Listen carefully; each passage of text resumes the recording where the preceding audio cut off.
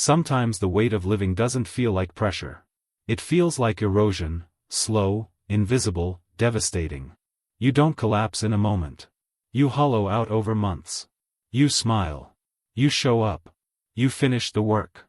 And somewhere deep inside, something vital disappears. It's not that you want to give up. It's that you no longer remember why you started. In the silence behind deadlines and dopamine, there's a haunting fatigue that sleep can't cure. You find yourself scrolling endlessly, eating mindlessly, snapping at people you love, struggling to remember the last time you felt fully alive. You tell yourself it's just stress. But it's not. It's burnout. And it's not just in your schedule. It's in your soul. Now imagine this: a man ruling the most powerful empire on earth sits in a dim tent near the Danube River. It's cold. There's mud. Outside, soldiers wait for orders. Enemies threaten from all directions. And inside that tent, he writes to himself, not as Caesar, but as a man who is tired, searching, breaking, and refusing to break. Marcus Aurelius. A Roman emperor. A philosopher king. But above all, a human being who lived under constant pressure, relentless responsibility, and the daily shadow of death. He knew what it meant to carry the weight of the world. He also knew what it meant to carry the weight of one's own thoughts. His writings, now known as meditations, were never meant for us. They were private notes. Quiet reminders to himself. Anchors to keep him sane, strong, and human. And that's why they matter now more than ever. Because the world hasn't gotten easier. It's gotten faster, louder, and crueler in its demands. And if you feel like you're drowning in noise, if your soul aches for a quiet kind of strength, Marcus has something to say. He begins with clarity: you have power over your mind, not outside events. Realize this, and you will find strength. In that single line, he offers what most modern therapy tries to teach. You can't control the storm. But you can master the vessel. Your vessel. Your mind. Your focus. Your framing of reality. Burnout thrives in the gap between what we expect and what actually is. We think life owes us peace if we work hard. We think if we just do everything right, things will calm down. But Marcus reminds us, life is not calm. It is war. It is chaos. It is winter and fire and loss. The only calm is the one we create inside ourselves. He didn't ask the universe to be fair. He asked himself to be disciplined. At dawn, when you have trouble getting out of bed, tell yourself, I have to go to work, as a human being. He knew the pull of comfort. But he also knew that avoiding struggle only deepens the soul's suffering. It is in showing up, even when exhausted, that the spirit remembers its purpose. But this isn't about toxic productivity. Marcus did not worship work. He worshipped inner alignment. His mission wasn't to achieve more. It was to live with integrity, to not be at war with himself. And that's where modern burnout becomes lethal, when we betray our own values just to survive the day. You answer emails when you want to rest. You say yes when you mean no. You perform a version of yourself just to meet the expectations of others. Marcus calls that what it is: slavery. He writes, if you seek tranquility, do less. Or do what's essential, and do it well. This is the beginning of freedom. Not in quitting your job. Not in escaping responsibility. But in remembering who you are underneath the noise. Remembering what actually matters. He challenges us to look closely. How many of the things we call urgent are actually empty? How many of our goals are just borrowed dreams? How much of our burnout is not from effort, but from misalignment, from trying to become something we're not? Marcus doesn't offer escape. He offers return. Return to the core. To the unshakable part of you that no market crash, no failure, no deadline can corrupt. He tells you, with quiet authority, that peace is not a reward. It's a discipline. A choice. A way of being. And maybe that's what you need to hear. That you are not broken. That you are not weak. That burnout doesn't mean you've failed. It means you've been fighting too long without armor. It means you need to come back to yourself. Not tomorrow. Not someday. Now. Because the fire that burns you out, and the fire that reignites your purpose, they are the same. The difference is how you use it. There is a passage in Marcus' Meditations that cuts like a blade: don't waste the rest of your life worrying about others, unless it affects the common good. It will keep you from doing anything useful. And then he says the words that silence every people pleaser: it keeps you from being yourself. This is the silent killer of our age. We chase approval like it's air. We build careers, social profiles, even families around the illusion that being liked is being alive. But Marcus knew better.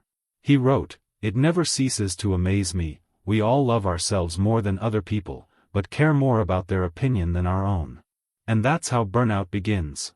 Not just from doing too much, but from being too much, for everyone else. Every smile you fake. Every time you agree when your heart resists. Every time you silence your truth just to keep the peace. It adds up. And slowly, it erases you. So Marcus offers a radical alternative: live as if you're already dead. Not in despair, but in freedom. When you stop trying to survive everyone's expectations, you begin to live. You speak more clearly. You walk more slowly. You care more deeply. And paradoxically, you get more done, because your energy isn't leaking into performance. He wasn't romantic. He didn't promise that the world would understand. In fact, he warned you it wouldn't. You're under no obligation to be the same person you were 5 minutes ago, he might have said, if he lived today. Instead, he said this: if it is not right, do not do it. If it is not true, do not say it. To live like that, in a world of manipulation, competition, and noise, is a rebellion. But it's the only way to avoid spiritual collapse. Because here's what burnout really is: not tiredness. Not laziness. But grief. Grief for the self you abandoned to survive. And Marcus, in all his rigor, never abandoned himself. Even as the empire shook, even as plague and war spread, he returned to his notebook. To his mind. To his values. He called the soul to stillness. To lucidity. He didn't just fight armies, he fought illusions. That fame would make him whole. That power would bring peace. That legacy was something you could hold. He saw through it all. And when he wrote, he wasn't building a philosophy. He was saving his sanity. Now it's your turn. Not to quote him. But to live like him. And that starts by doing the hardest thing in the world: saying no. Not in anger. In clarity. Say no to the tasks that drain you and lead nowhere. Say no to the endless self-comparison. Say no to the guilt that tells you rest is weakness. Say no to the thought that burnout is your fault. Because it's not your fault. But it is your responsibility. No one is coming to rescue your soul. You must do it yourself. Like Marcus did. In silence. In honesty. In relentless inner work. And that begins each morning. Not with a checklist. With a confrontation. He said, when you arise in the morning, think of what a privilege it is to be alive, to breathe, to think, to enjoy, to love. He wrote that to himself. Not because he always believed it. But because he needed to remember. Just like you. Especially when it's hard. Because the opposite of burnout is not vacation. It's presence. It's the ability to be fully where you are, even in pain, without running. Marcus teaches us that even a battlefield can be a place of peace if your mind is your own. He didn't wait for Rome to become calm. He made himself calm within Rome. So maybe that's the lesson. Stop waiting for the storm to pass. Learn to stand still in the rain. And listen. What does your life actually need? Not someday. Not next year. Now. Not another app. Not a new routine. But a new relationship with yourself. One that isn't built on shame or ambition, but on truth. You are allowed to be tired. You are allowed to slow down. You are allowed to be a human being before you are anything else. Marcus didn't just allow it. He demanded it. He called it living according to nature. Not your calendar. Not your career. But your nature, the part of you that still remembers how to be free. And when you return to that, even just for a moment, the fog begins to lift. You realize you don't need to escape your life. You need to return to it, without the lies, the noise, the pressure. Just you. Here. Breathing. Thinking. Loving. Being. That's what he fought for. That's what you must fight for. And not tomorrow. Today. Burnout is not solved by a weekend off. It is solved by waking up, and not just in the morning. Waking up from the story that your worth is equal to your usefulness. That your value is measured in speed, output, or applause. That you are only allowed to rest once everyone else is satisfied. Marcus Aurelius would call this slavery of the soul. A subtle, modern kind of bondage.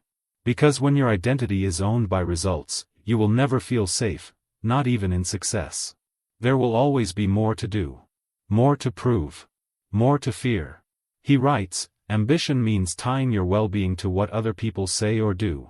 Sanity means tying it to your own actions. And that's the shift. From pleasing to living. From performing to choosing. From exhaustion to clarity. He knew what it meant to live in service.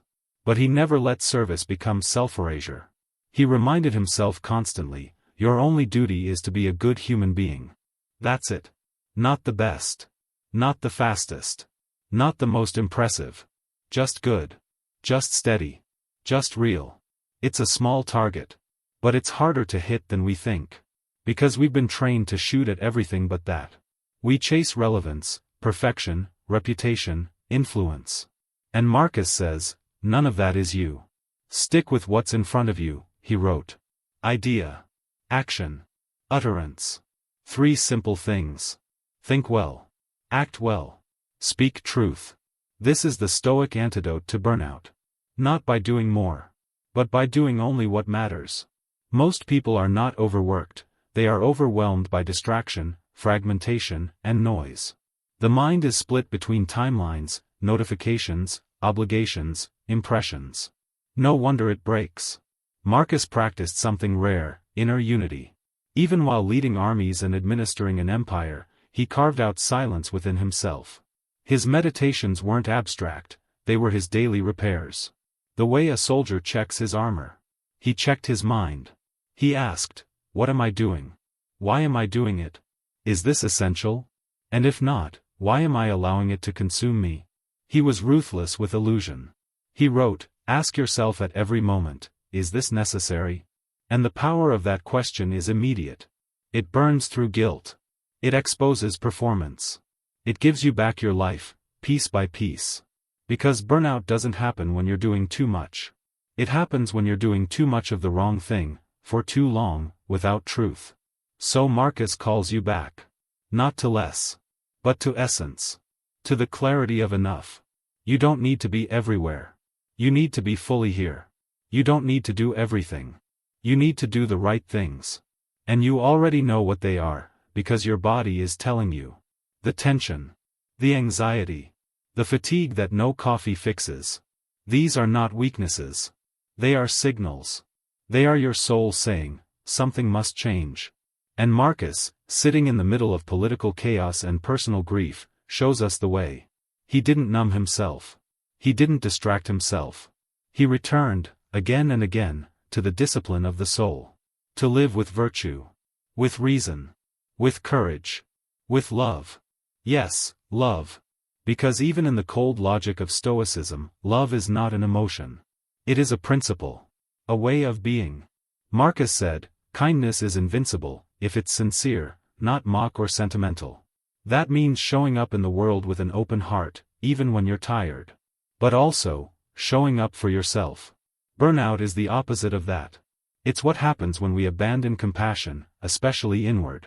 When we drive ourselves like machines, punish ourselves for rest, ignore the warning signs because we think stopping means failing.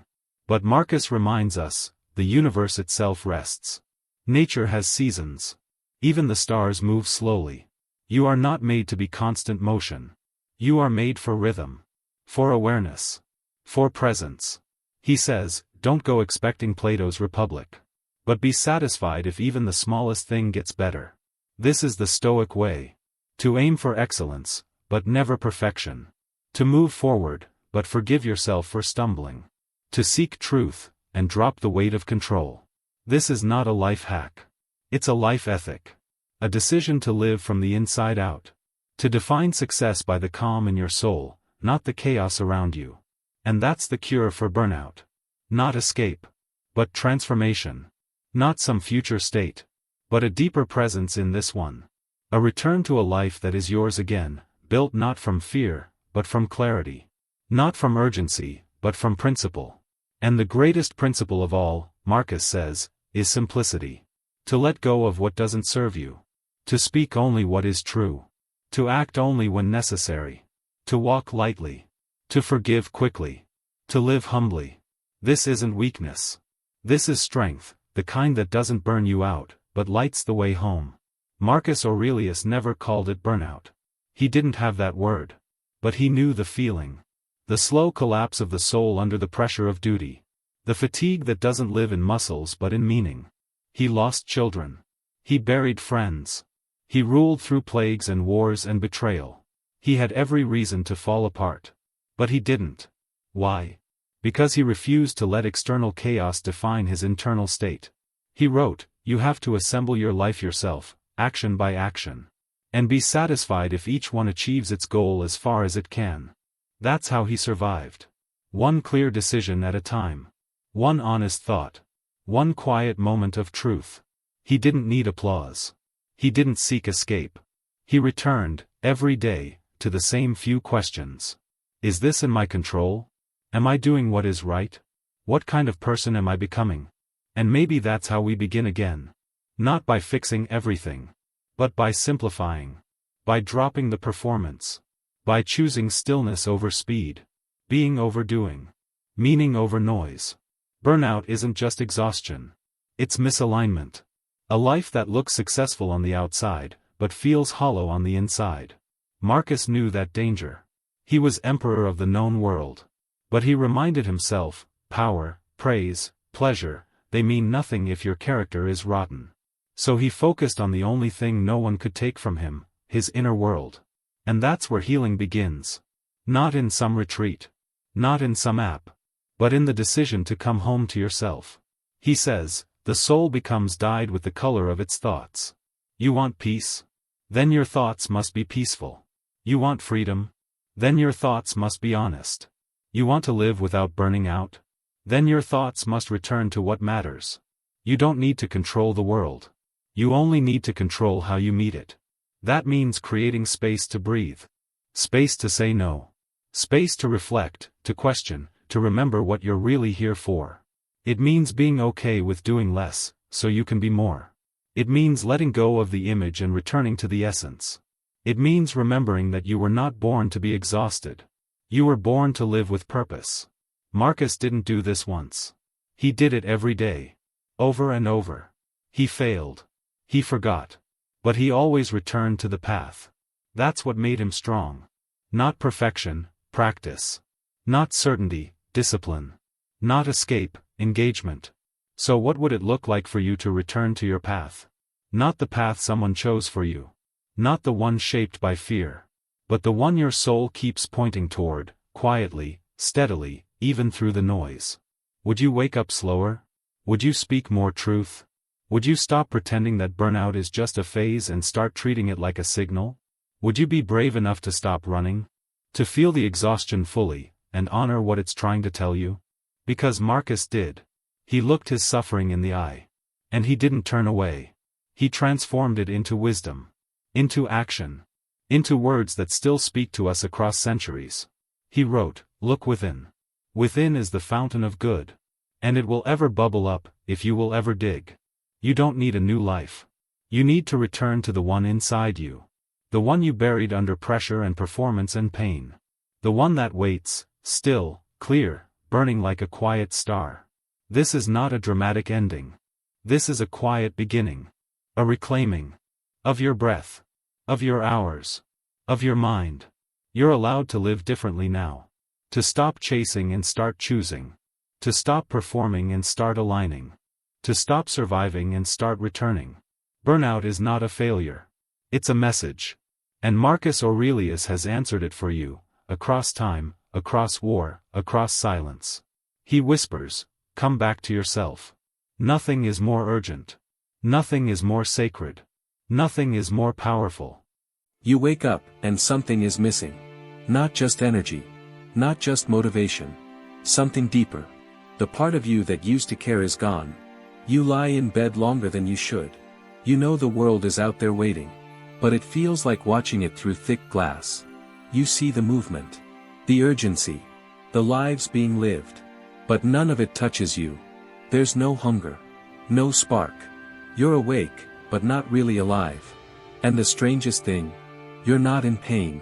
You're not crying. You're not overwhelmed. In fact, you feel nothing at all. Just a weightless, colorless fog that makes everything equally pointless. This is not sadness. Sadness wants to be held. Sadness cries out. Apathy doesn't speak. It watches your life burn down, and doesn't even blink. You still brush your teeth. You still show up.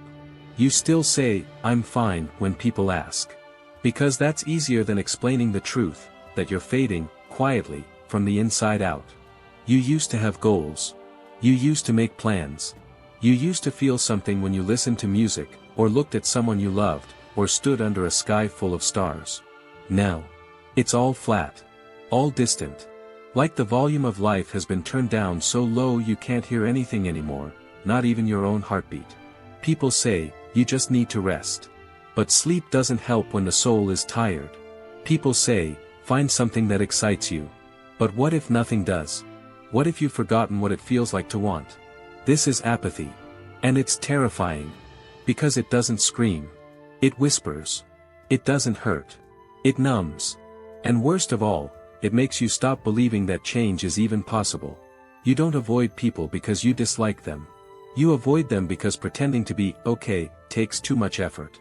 Because every smile you fake feels like a lie, and every "how are you" sounds like a test you can't pass. You look around and see others chasing things, love, success, adventure, and something in you shrugs. You used to care. You remember what it was like to dream. To try. To fight. But now you float. You exist. You do what's required, and nothing more. You survive each day not because you want to, but because you don't know what else to do. And maybe that's the worst part. Because when you're angry, at least you want justice. When you're afraid, you want safety. But apathy is a kind of dying while alive. You don't even want to want. And so you become a ghost in your own life. A shell. A shadow. Maybe it started after something broke, a relationship, a career, a dream. Or maybe it didn't start all at once. Maybe it crept in slowly. You missed one workout. Then one conversation. Then one more morning without doing anything that mattered to you. And before you knew it, you were gone. It's easy to call this laziness. It's easy to say, you just need to try harder. But that misses the truth. Apathy is not the absence of effort. It's the absence of meaning. You don't stop moving because you're tired. You stop because you no longer see the point. And meaning, once lost, is not easily replaced. Even the Stoics, who were masters of discipline and endurance, knew this battle well. Marcus Aurelius, an emperor with the weight of a crumbling world on his shoulders, wrote of days when he didn't want to get out of bed. When everything in him said, why bother? But he didn't romanticize those moments. He didn't give in to them. He answered them. He reminded himself, and us, that we were not made for comfort. We were not made to be entertained. We were made to act. To serve something greater than our moods. To rise not because we feel like it, but because it's right. That's what apathy steals, your connection to the deeper why. It erases the thread that once connected your actions to your soul. And yet, here's the quiet hope that remains, even in the darkest hour. The fact that you notice your apathy is proof you haven't given up entirely. The fact that some part of you still sees this emptiness means you're not fully lost. Because the opposite of apathy isn't joy. It isn't passion. It's motion. One act of will. One honest breath. One choice to move forward, even when nothing in you wants to. That's where it starts. Not with fireworks. Not with some grand revelation. But with the small, trembling decision to try again. To speak when silence feels safer. To stand when sitting is easier. To care when it hurts. And so I ask you now, not with judgment, but with compassion. Where did you stop moving? And are you ready to take one step back? We often mistake apathy for emptiness. But it's not emptiness. It's full. Full of unexpressed fear, untouched pain, unfinished grief. Apathy is not the absence of emotion. It's the result of too much emotion that was never given space. It's what happens when your inner world floods, and you lock the doors just to keep functioning. You start calling it not caring, but the truth is, you once cared too much. You were hurt, disappointed, burned. And slowly, without noticing, you built a defense. You trained yourself not to expect anything. Because hope felt dangerous. Effort felt wasted. So you said, it doesn't matter. You told yourself, I'm fine. You convinced yourself it's better not to feel. But the soul doesn't work that way. It keeps score. It remembers. It stores the energy of everything you never allowed yourself to fully experience. And eventually, it shuts the gates. Not out of hatred. But out of exhaustion. And here is where the Stoics meet you. People often misunderstand Stoicism. They think it's about suppressing emotions, becoming cold, detached, above the world. But that's not Stoicism. That's numbness. The Stoics didn't preach emotional deadness. They taught clarity. They didn't deny the soul's storms. They taught how to steer through them. Apathy is not Stoicism. It is the breakdown of the inner compass. Seneca once wrote that the soul becomes tired not from effort, but from directionless effort, doing what doesn't align with who you are. That's what breaks you. Not the work itself, but the feeling that none of it has meaning.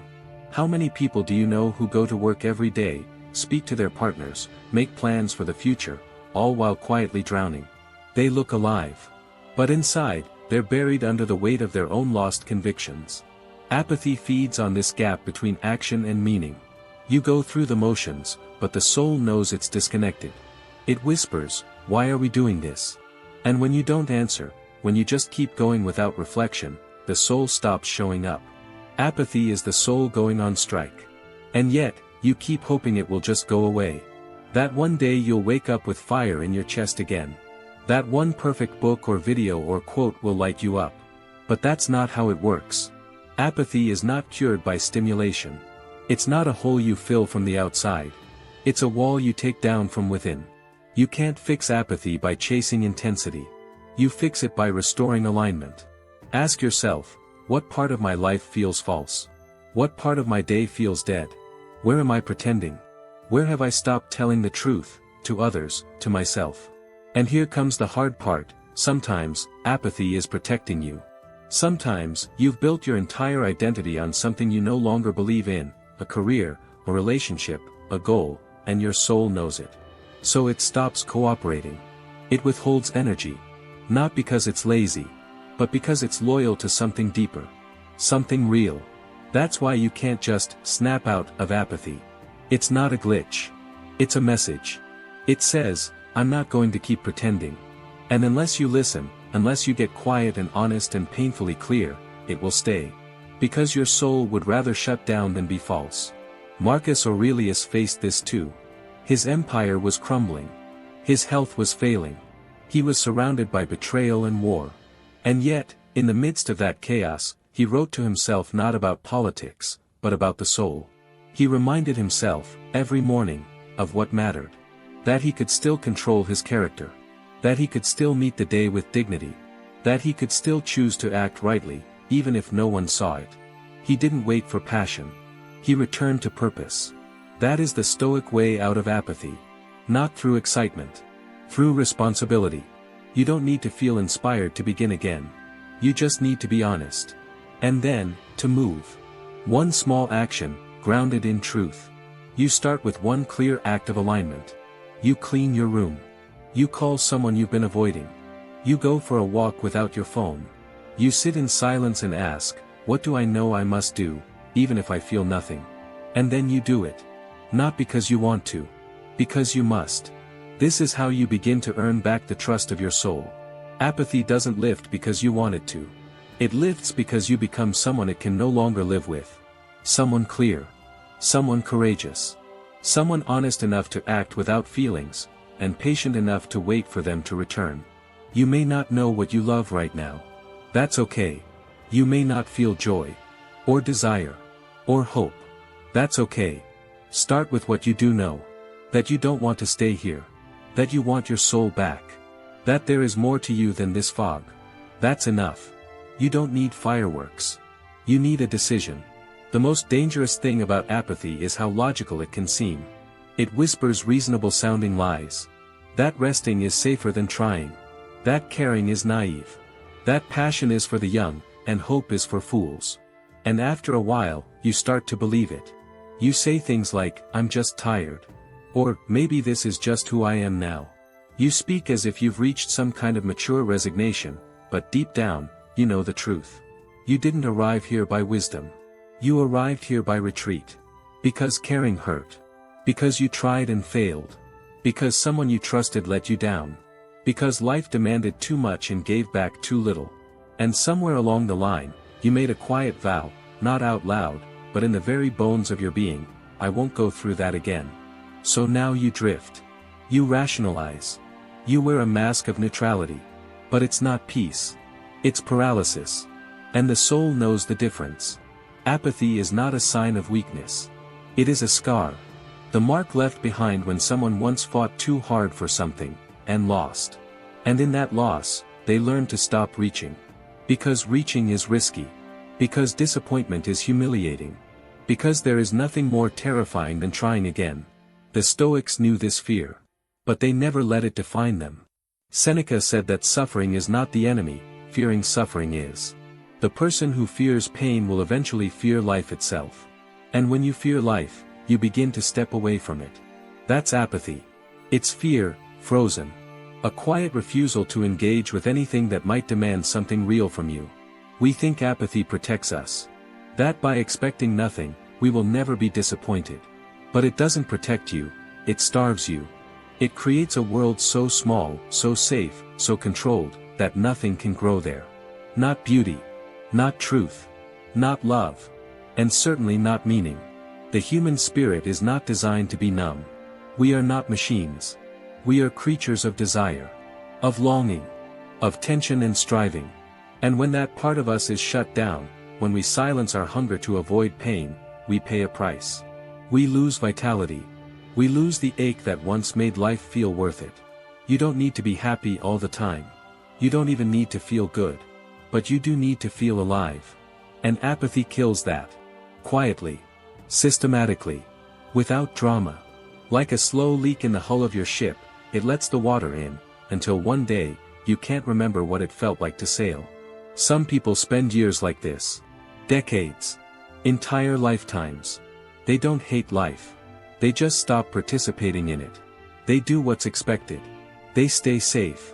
They smile for photos and check their messages and go to the gym and pay their bills. But they are no longer there. And here's the worst part, the world rewards them for it. Because when you're numb, you don't cause trouble. You don't ask questions. You don't challenge the system.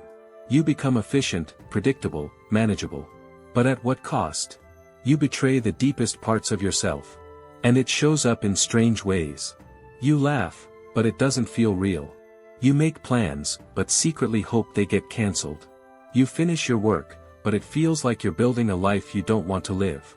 You're not broken. You're just not where you're meant to be. This is the silent epidemic of modern life. Not stress. Not sadness. But soul-deep disengagement. And no amount of entertainment, distraction, or success can fix it, because the real wound is existential. It's not about what's happening around you. It's about what's happening within you. You've stopped believing that your actions matter. You've stopped believing that your voice counts. You've stopped believing that there's something in this world, or in yourself, worth fighting for. But here's what the Stoics would say, meaning is not something you find. It's something you create. It's not waiting for you out there. It's waiting for you to choose it. That means, you don't need to feel inspired. You need to act according to your values, even when it feels hollow. Especially when it feels hollow. Because your feelings are not always the truth. They are weather. And weather passes. What remains is your character. Your choices. Your response to the void. Apathy says, nothing matters. But the Stoic says, then I will decide what does. That's power. That's freedom. And it's the only way out. You can't think your way out of apathy. You can't wait for passion to return on its own. You must act your way into meaning. You must start where you are. And move. Even if you're still afraid. Even if your chest is full of fog and your heart is heavy and your mind whispers, why bother? You move anyway. That's how you reclaim your life. Not all at once. Not with a bang. But with one small act of courage. Then another. Then another. And slowly, the fog begins to lift. Not because the world has changed. But because you have. Apathy cannot be defeated by feelings. It can only be defeated by action. You will not wait your way out. You will not think your way out. You will not be rescued by motivation, or by luck, or by some sudden explosion of clarity. That's not how apathy ends. It ends the moment you choose to act, even when you don't feel like it. Especially then. The Stoics never promised a life of constant inspiration. They never taught that joy would come first. They taught that joy comes after duty. That peace follows motion. That you must first become the kind of person who deserves meaning, through discipline, through clarity, through action. You don't become alive again by chasing emotions. You become alive again by earning back your vitality through the strength of your choices. You don't wait to feel like getting up, you get up because that is what a rational being does.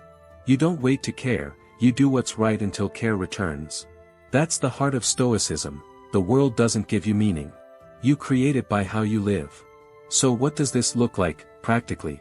It looks like routine, structure, honesty, returning to what matters, without needing it to feel good. It means waking up and asking not, what do I want, but, what is my task? It means showing up to your duties, even when the heart feels hollow, because the alternative is to let apathy consume you piece by piece. It means telling the truth, I feel nothing today. But I will still act with virtue. It means remembering what Epictetus said, that you control only your will, your judgments, your choices, and that's enough. That is where your power begins. When your inner world is dark, chaotic, or silent, your job is not to escape it. Your job is to stand in the center of that silence, and build a fire with your own hands. A small one. But real. That fire is built with the discipline of action. Make your bed. Write the words. Go for the walk. Call your mother. Cook the food. Do the work. Speak kindly. Reject the lie that nothing matters. And if you fail, if you fall back into numbness, start again. And again. And again. That is the Stoic path. Not perfection. Persistence. You are not your mood. You are not your fog. You are the one who decides what to do, regardless of the weather inside your mind. And here's what happens, slowly, quietly, miraculously. The soul starts to notice. It sees that you're showing up, even without reward. It sees that you're acting with dignity, even when no one's watching. It sees that you haven't given up on it. And little by little, it returns. You begin to feel small moments of connection again. A breath of presence.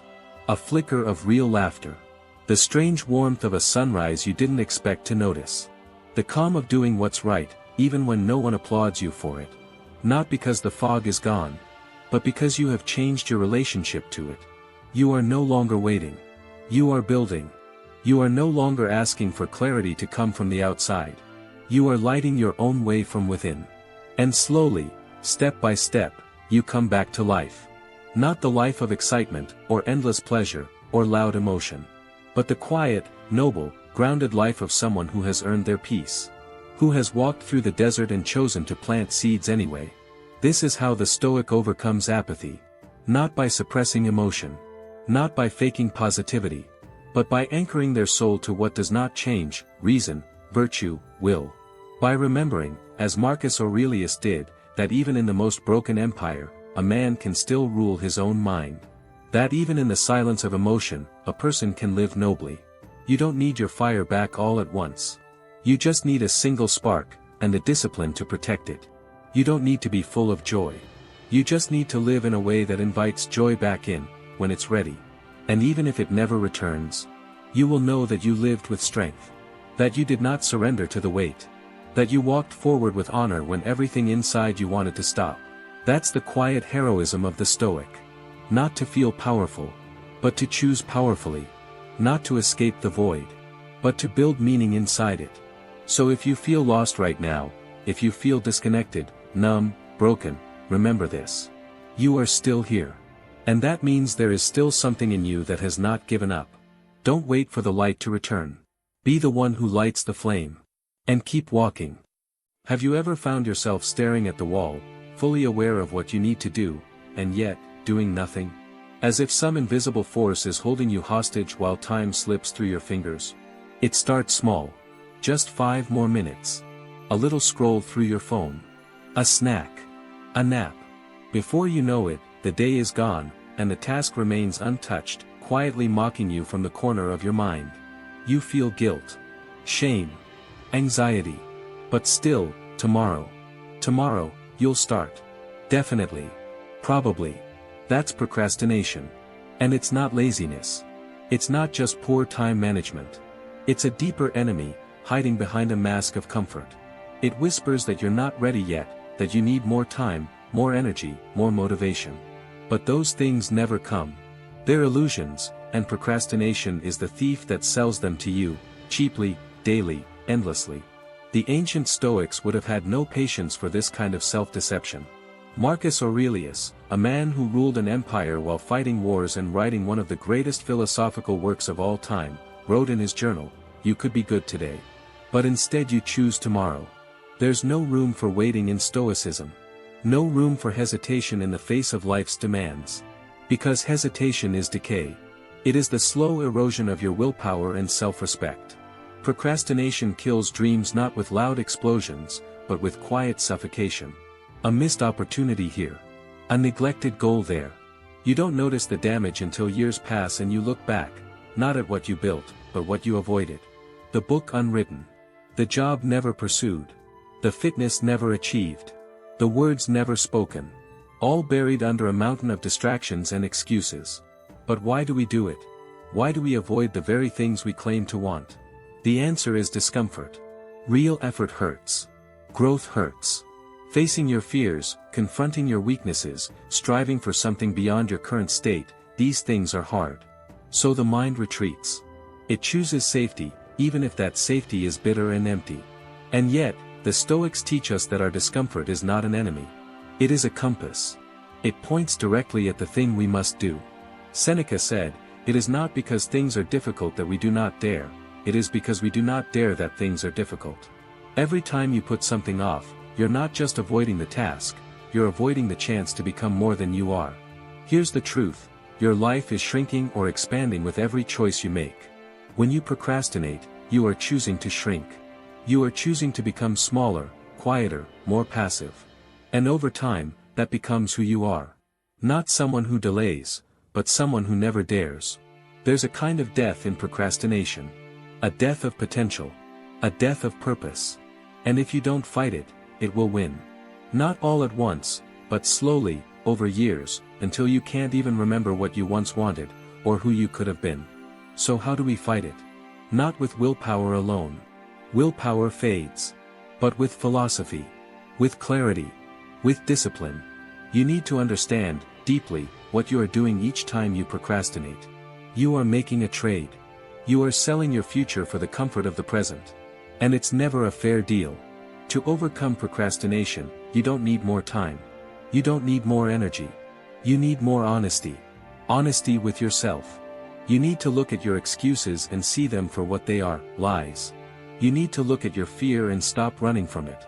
You need to look at the ticking clock and realize, this moment will never return.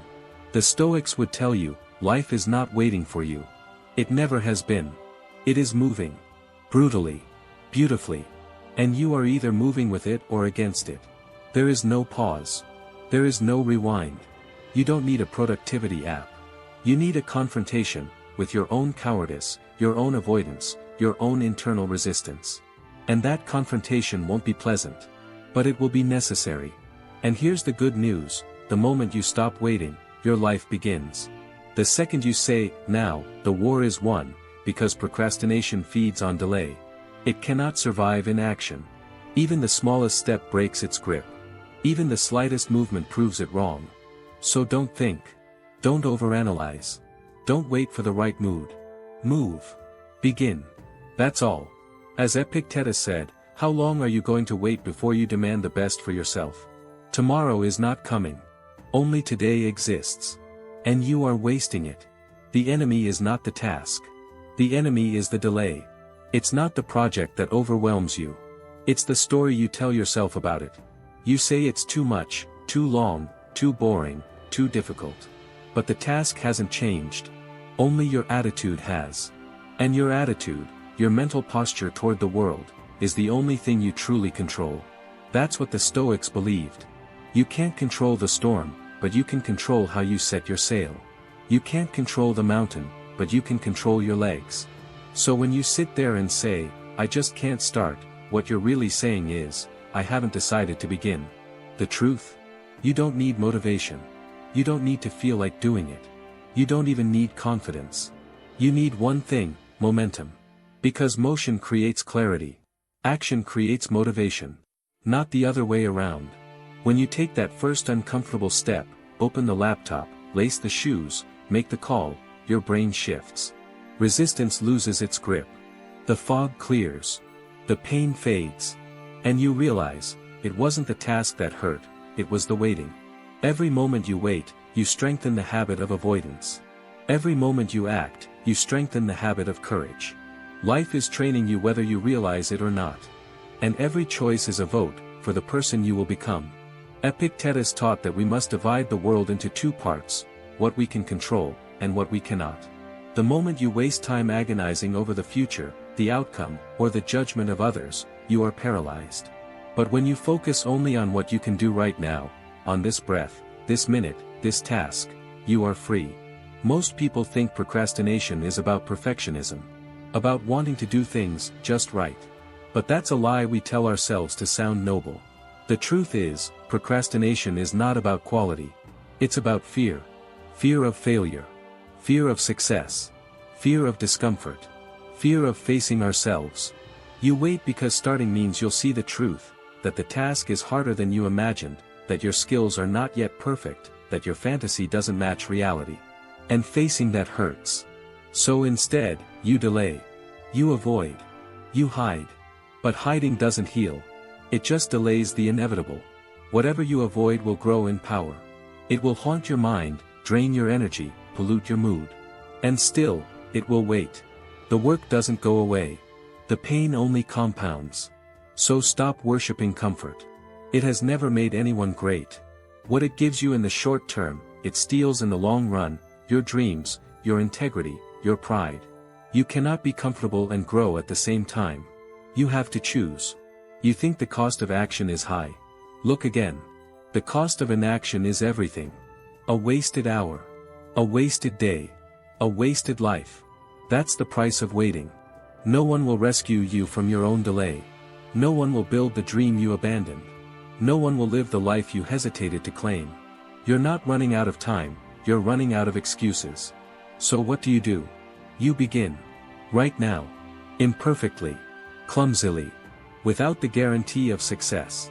You take one step. Then another. You trust that the path will appear as you walk it.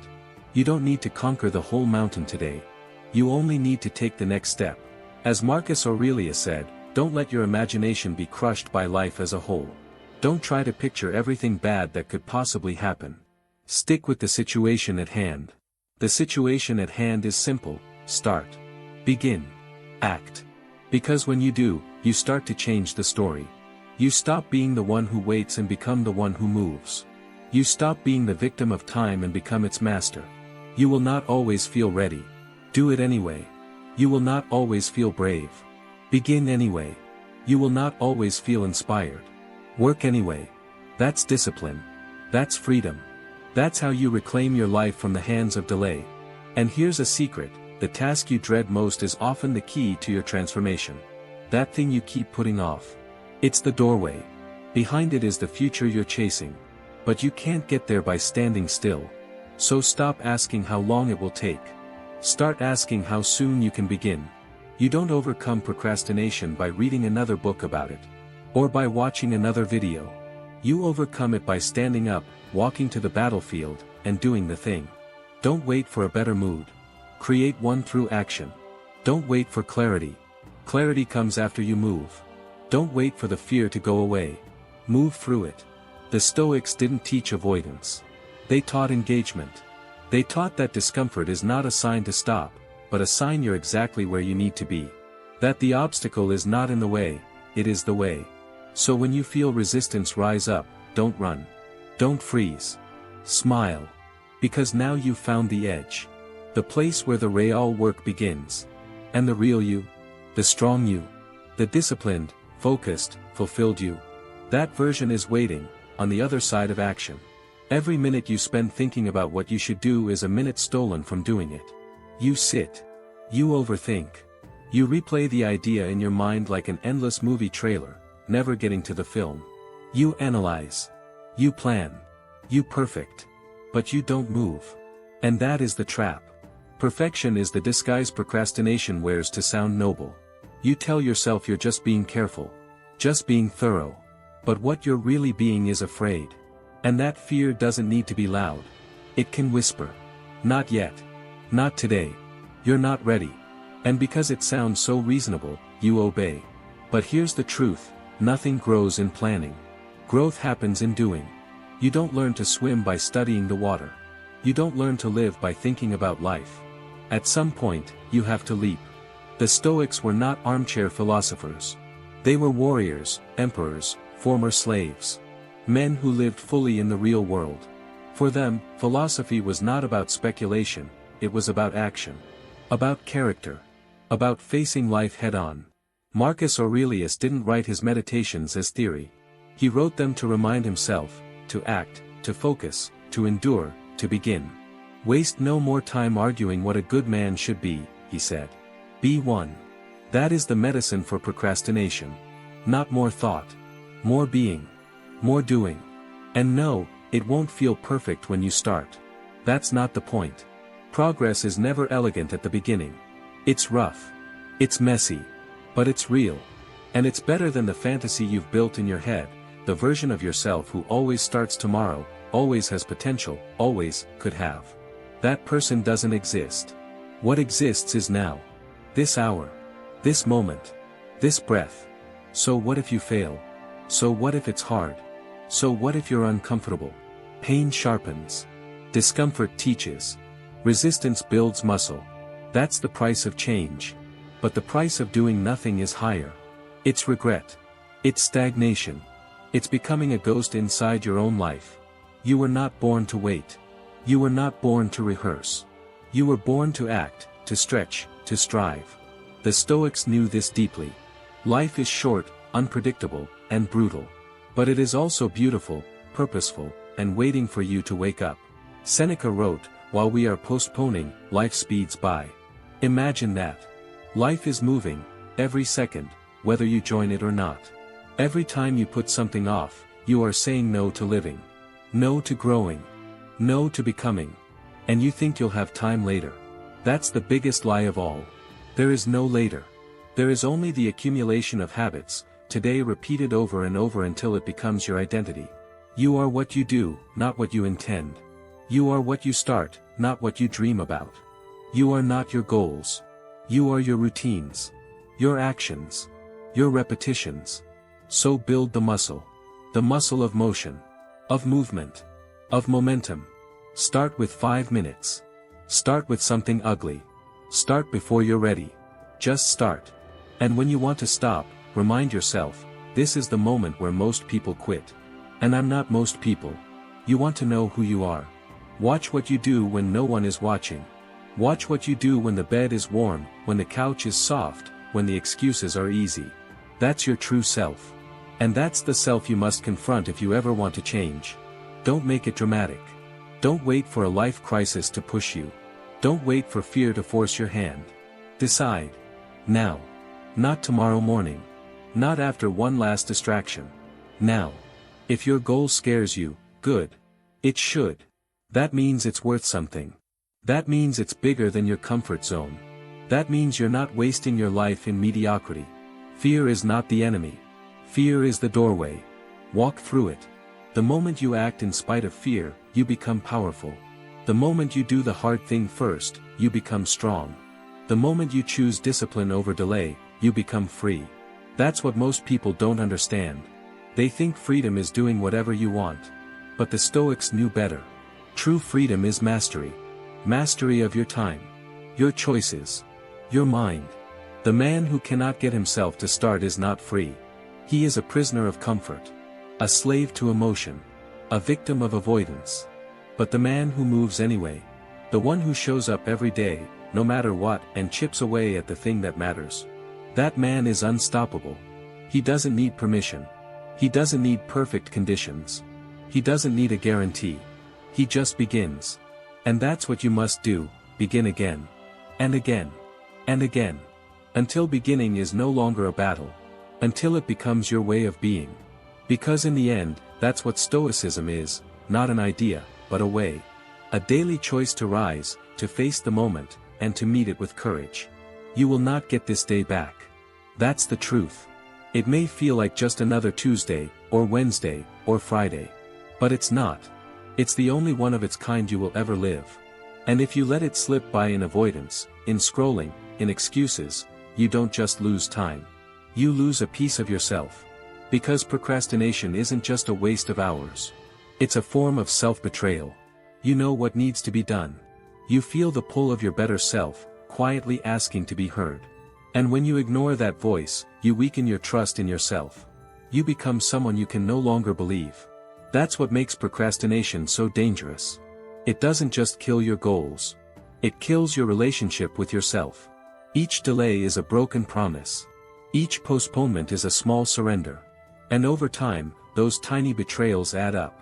Until you're no longer sure you can change.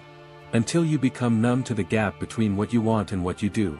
But that gap, that tension, is your compass. It means you still care. It means the fire hasn't gone out. And the way back is not complicated. It begins with a choice. Not a grand decision. Not a New Year's resolution. A small act of defiance. You open the document. You write the first word. You step into the gym. You make the call. You take the risk. You do the thing. And the world doesn't explode. The sky doesn't fall. In fact, something magical happens. The fear shrinks. The doubt fades. And you remember, you were always capable. The Stoics taught that no one can rob you of your will. That your mind is yours alone, and how you use it is your greatest power. Epictetus lost everything, his freedom, his body, his status, but he refused to lose his inner strength. And that made him invincible. You have that same power. Right now. This second. To choose. To act. To begin. You don't need to feel ready. You just need to stop running. The world is full of noise. Distraction.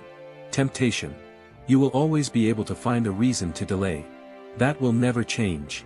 But you can. You can decide that your future matters more than your comfort. You can decide that your potential is worth more than another hour of escape. You can decide that today, this ordinary, imperfect, beautiful day, is the day you begin again. And if you fall, begin again. If you doubt yourself, begin again. If you fail completely, begin again. Because the habit of beginning, over and over, will build a life no excuse can destroy. And slowly, the weight of inaction will lift. The fog will clear. The shame will lose its power. You'll start to feel something different, pride. Not the pride that shouts, but the quiet pride of someone who shows up. Who honors their time. Who doesn't run from the difficult. That's what it means to live with integrity. Not to be perfect, but to be present. To act when it's hard. To do what needs to be done, not someday, but now. You already know what you must do. You've always known. The only question is, will you do it? Because your life depends on the answer. You were not meant to waste away in hesitation. You were not meant to shrink into the background of your own story. You were made to live with urgency. With clarity. With purpose. So when the voice of delay returns, and it will, meet it with a new voice. A stronger one. The voice that says, yes, it's hard. But I'm doing it anyway. Yes, I'm scared. But I'm going forward anyway. Yes, I've failed before. But I rise again. This is the voice of a warrior. Of someone who understands that time is not infinite, and comfort is not the goal. Growth is. Fulfillment is. Becoming who you were meant to be is. And none of that happens tomorrow. It happens today. So get up. Breathe in. Take the first step. The world won't wait. And neither should you. Because your time has come, not when everything is perfect, not when the fear is gone, but now. Exactly now. You move through life. You work. You speak. You make plans. But deep down, there's a quiet ache, like a voice calling from behind a locked door, whispering, there's more to you than this. We live surrounded by noise, expectations, distractions, deadlines. And somewhere along the way, we stop asking the most important question: what am I really capable of? Not what society tells you. Not what your diploma says. Not even what your past achievements suggest. But what you, unfiltered, unshackled, fully awake, could become.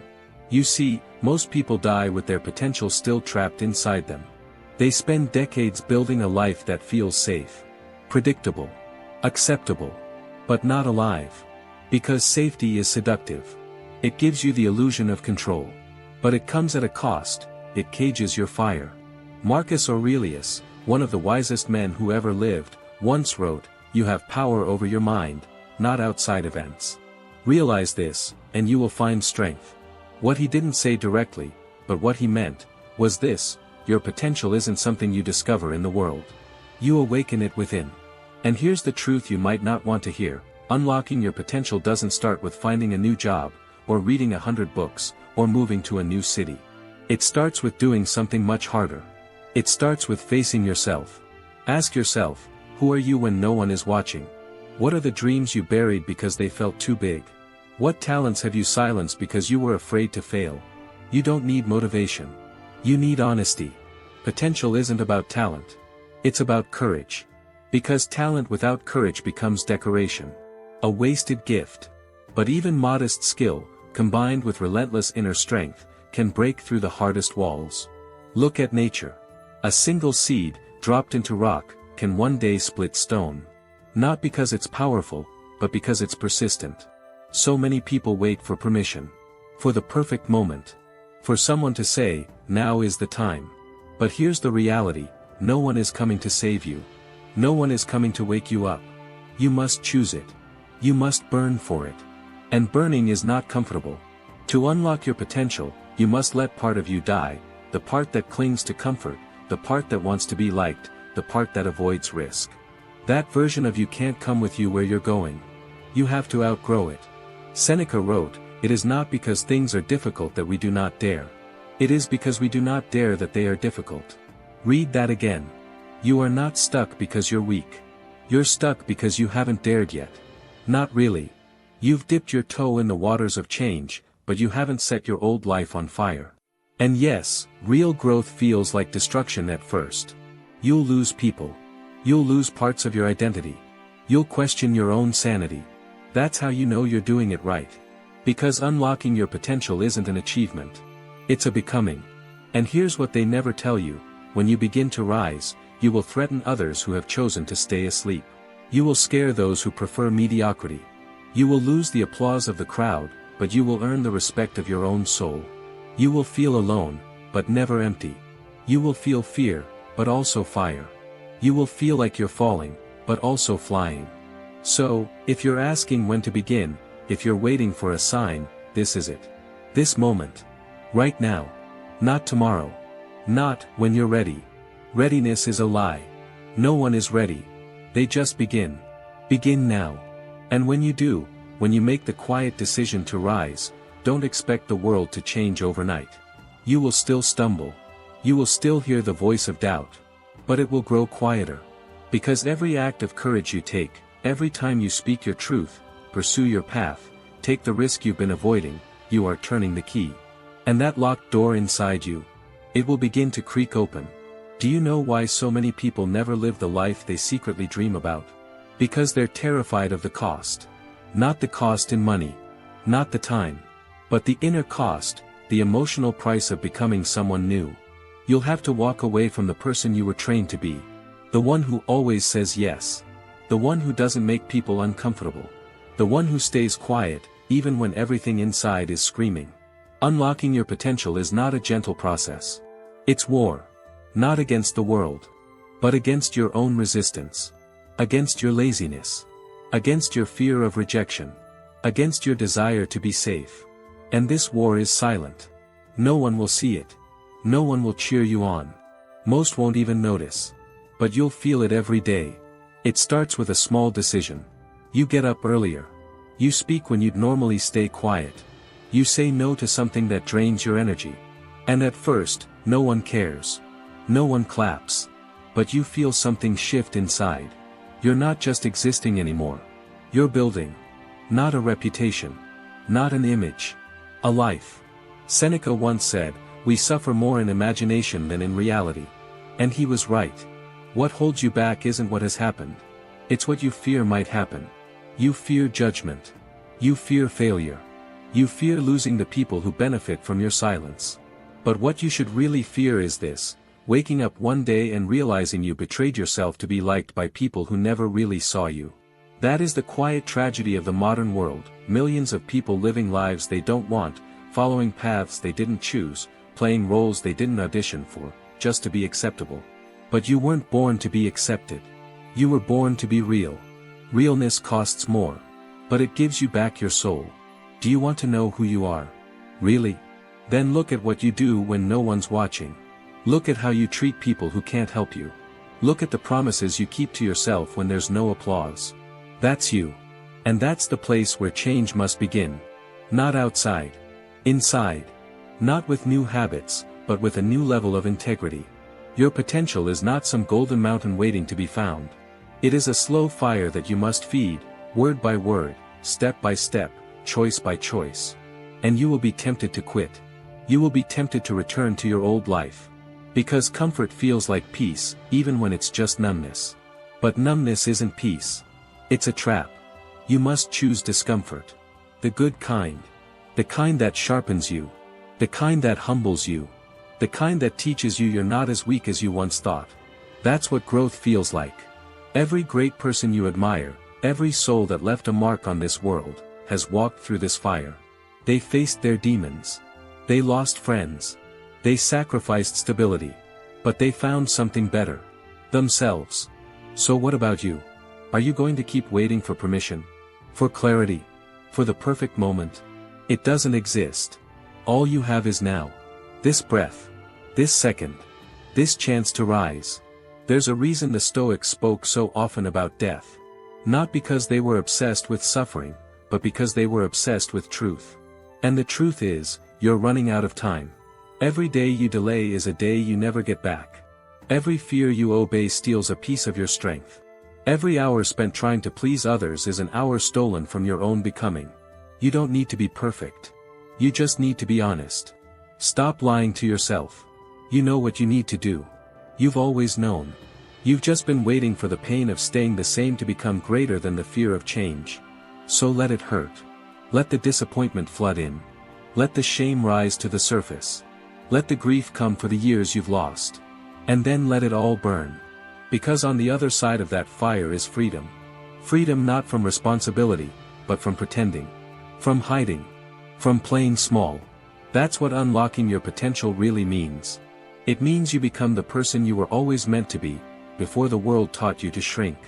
But hear this, it will not happen by accident. You must choose it. And you must choose it every day. Not once. Every day. Because the old version of you will not go quietly. It will claw at your mind. It will whisper lies. It will make you doubt everything.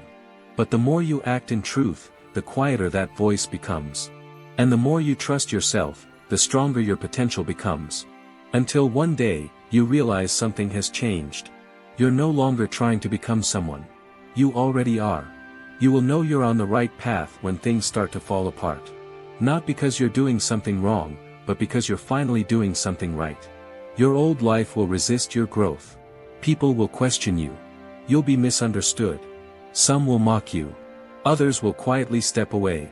You'll hear things like, "You've changed," as if that's something shameful. Yes, you've changed. That was the whole point. You were never meant to stay the same. Trees grow. Rivers shift. Mountains erode. Why should you be the only thing in nature that doesn't evolve? There's a price for becoming more than you are, but there's a far higher price for staying less.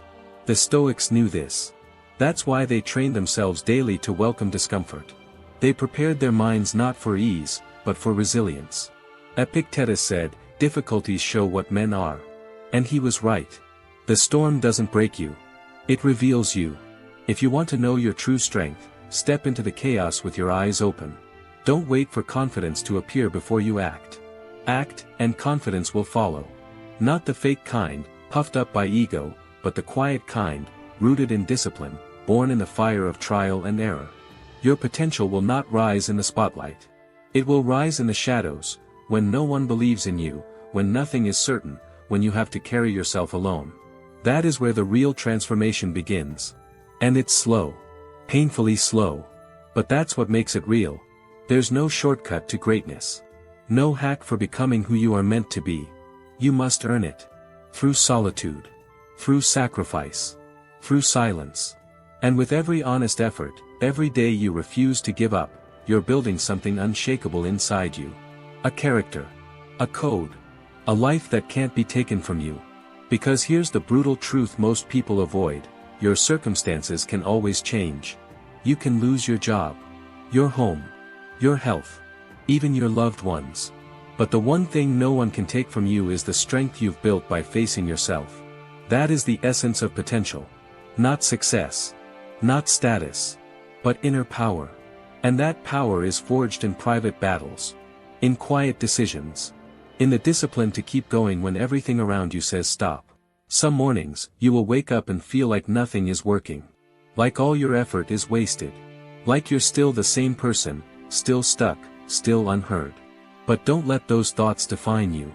Let your actions speak instead. Do the work anyway. Get up anyway. Speak your truth anyway. Because consistency is stronger than motivation. And integrity is louder than noise. Each day you live in alignment with your values, you take a step toward unlocking something eternal inside you. And with time, that step becomes a stride. That stride becomes momentum. And that momentum becomes identity. You won't just be chasing your potential, you'll be living it. And then one day, without even realizing it, you'll look back and see the distance you've traveled. You'll see the habits you've left behind. The people you no longer need approval from. The fears that used to control you. And you'll smile. Not because it was easy. But because you never gave up. Marcus Aurelius once said, "Waste no more time arguing about what a good man should be. Be one." In the same way, stop wondering what your potential is. Start becoming it. Speak less. Do more. Dream less. Act more. Fear less. Dare more. This is how you change your life, not in a moment of inspiration, but in 1,000 quiet acts of courage.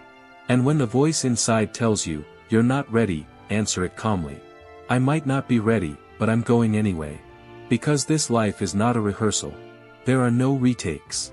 No reset buttons. No guarantees. Just this day. Just this moment. Just this chance. Don't waste it. Don't wait for someone to give you permission to become who you already are inside. Take it. Claim it. Live it. Your potential is not waiting in the future. It's screaming from within. Let it out. One day, the world will ask who you are. Not your job title. Not your achievements. But you. The person behind the name. And in that moment, all the masks you've worn, all the roles you've played, will fall away. And only one thing will remain, the life you built in silence. The world won't remember your excuses. It won't care how hard it was. It won't rewind the tape to check how many chances you missed. It will only see what you became. So what will they see? A man or woman who gave up their fire to fit in? Or someone who rose through the ashes of doubt, who risked everything to become real? Because you can impress the world with your talent, but you inspire it with your truth. And the truth is, you were never average. You just stopped believing you could be anything else. But that ends now. No more waiting. No more blaming. No more running from the work. You've got everything you need. Right now.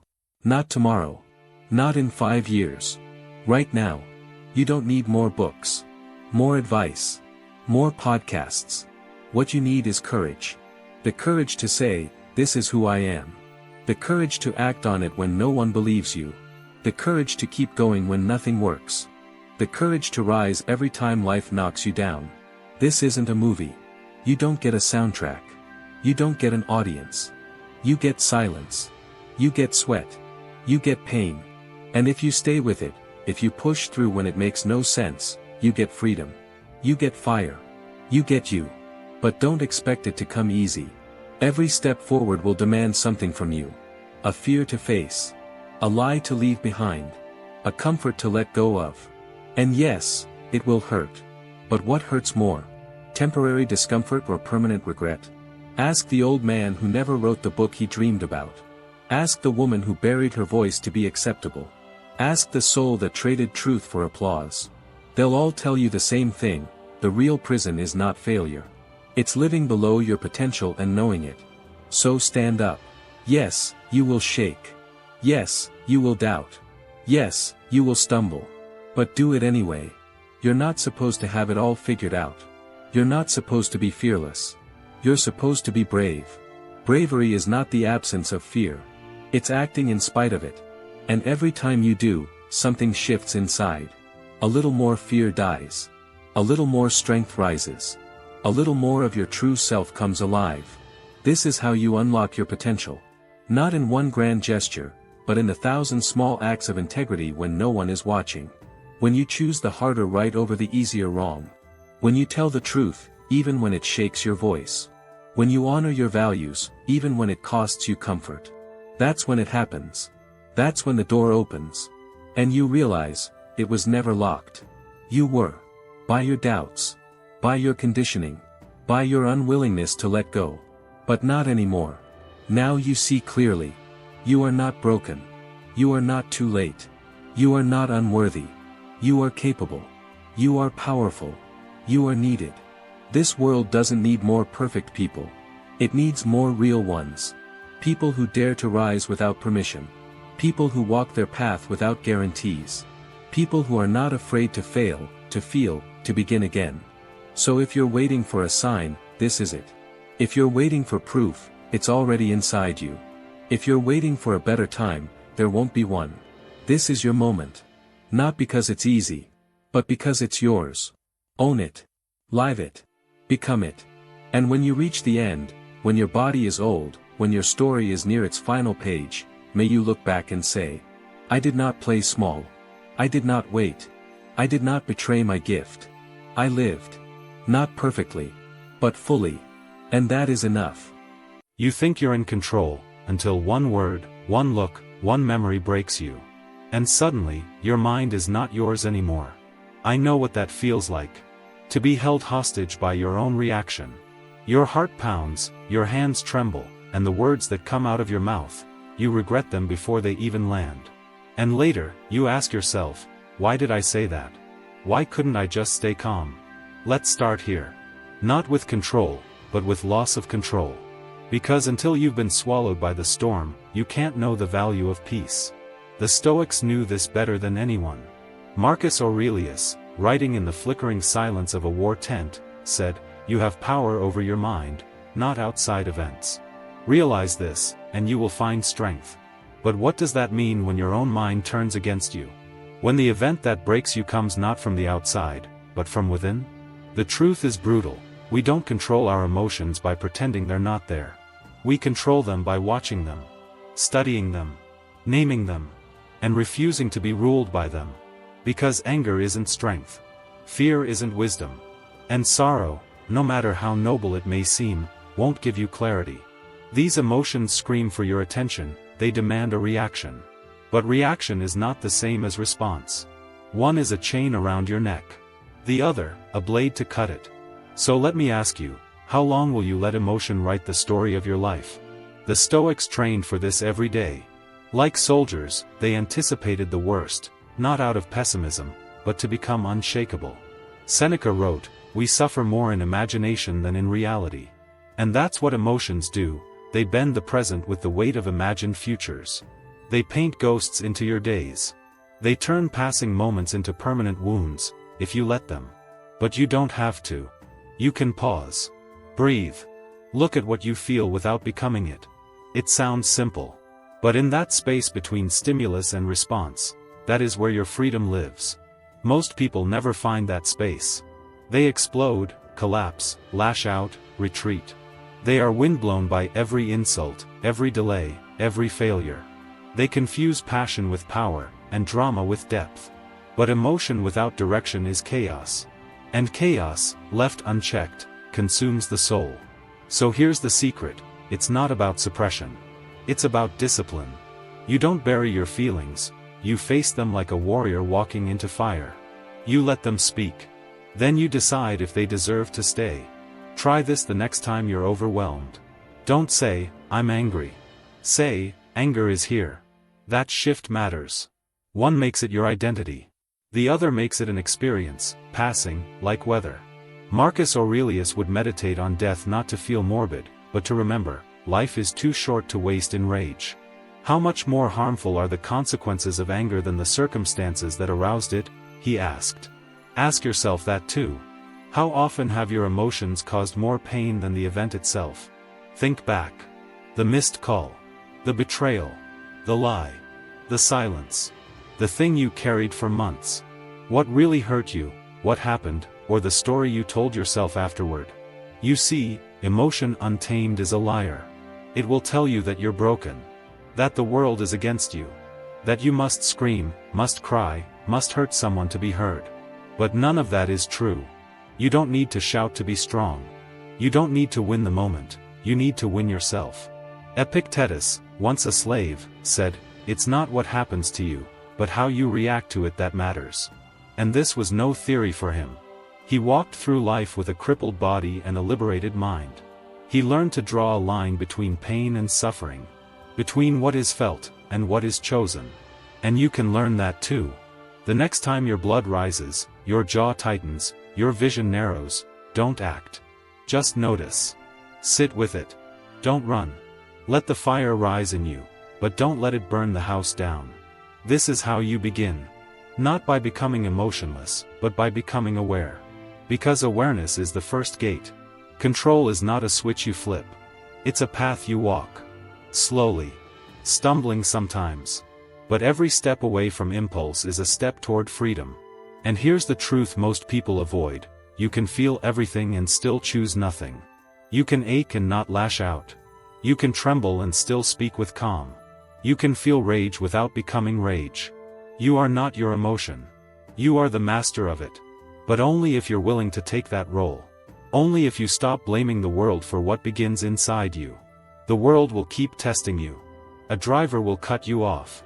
A friend will betray you. A stranger will humiliate you. And then it will ask, who are you now? Most people break. Not because they are weak, but because they never trained. They built their lives like castles of sand, beautiful but defenseless. One wave, and it's gone. They confuse reacting with living. But Stoicism teaches another way. To live is to hold the line. To say, yes, I feel this, but I will not serve it. Seneca said, no man is more unhappy than he who never faces adversity. For he is not permitted to prove himself. You are being tested not to be destroyed, but to be revealed. Your temper is not your truth. Your panic is not your essence. Your sorrow is not your soul. There is something deeper. You've seen it in moments, when you wanted to scream but chose silence instead. When you wanted to run but stayed. When you wanted revenge but let go. That is strength. Not the kind that makes headlines, but the kind that makes peace. So how do you train for this? The Stoics had a ritual. Each morning, they imagined every difficulty that might come. Not to invite misery, but to prepare. Marcus Aurelius called it premeditatio malorum, the premeditation of evils. He would say to himself, today I will meet people who are selfish, ungrateful, deceitful, jealous, and arrogant. And yet, I will not let that poison my mind. I will not become what I despise. He met the day like a warrior, not a victim. And so can you. Before you open your phone, before you speak to anyone, take a breath. Say to yourself, today, I will be tested. And when that moment comes, because it always comes, I will respond, not react. This one habit can save your relationships. It can save your energy. It can save your life. But you must mean it. Emotional control is not about closing your heart. It's about opening your eyes. It's about recognizing the animal inside you, and refusing to let it rule the kingdom. People will say you've changed. They'll say you've become cold, detached. That's fine. Let them misunderstand you. Let them think your calm is weakness. Only you will know the storm you chose not to unleash. Because control is not loud. It doesn't shout. It doesn't threaten. It doesn't need to prove anything. It is quiet. Still. Like a mountain watching a wildfire burn below, knowing it cannot be reached. This is your goal. Not to feel nothing. but to be moved only by what deserves to move you. How many times have you ruined something important because you let a passing feeling take the wheel? How many conversations ended in regret? How many nights were lost to thoughts you couldn't stop? You are not broken. You are simply untrained. And this is the training. Don't wait for peace to find you. Create it in yourself. Seneca taught, a man who is angry is not only distressed by pain, but adds hatred to it. Think about that. You are doubling your suffering when you indulge the emotion. You are digging a deeper hole, when all you needed to do was stop. But the world won't reward this instantly. No one applauds the person who bites their tongue. No one cheers for the one who chooses restraint. But you don't do it for applause. You do it because it is right. Because freedom from emotion is freedom from manipulation. No one can control you if you control yourself. Epictetus once said, if someone succeeds in provoking you, realize that your mind is complicit in the provocation. And there it is. The brutal truth.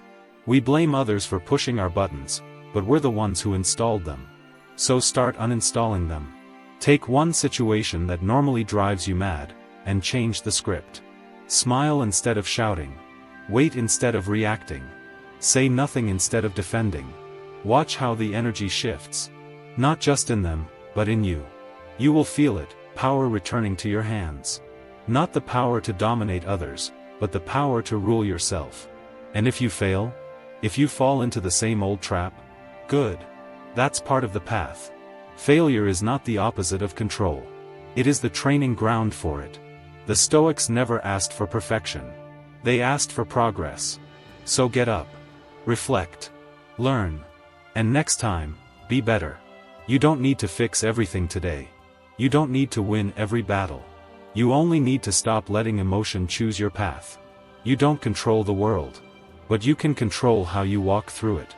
Most people live as slaves, and they don't even know it. Not to another person. Not to a government. But to their own impulses. They are dragged by emotion like a prisoner by chains. Anger pulls. Jealousy yanks. Fear tightens the grip. They say they're free. But watch how easily a single word can reduce them. A delay. A rejection. A look.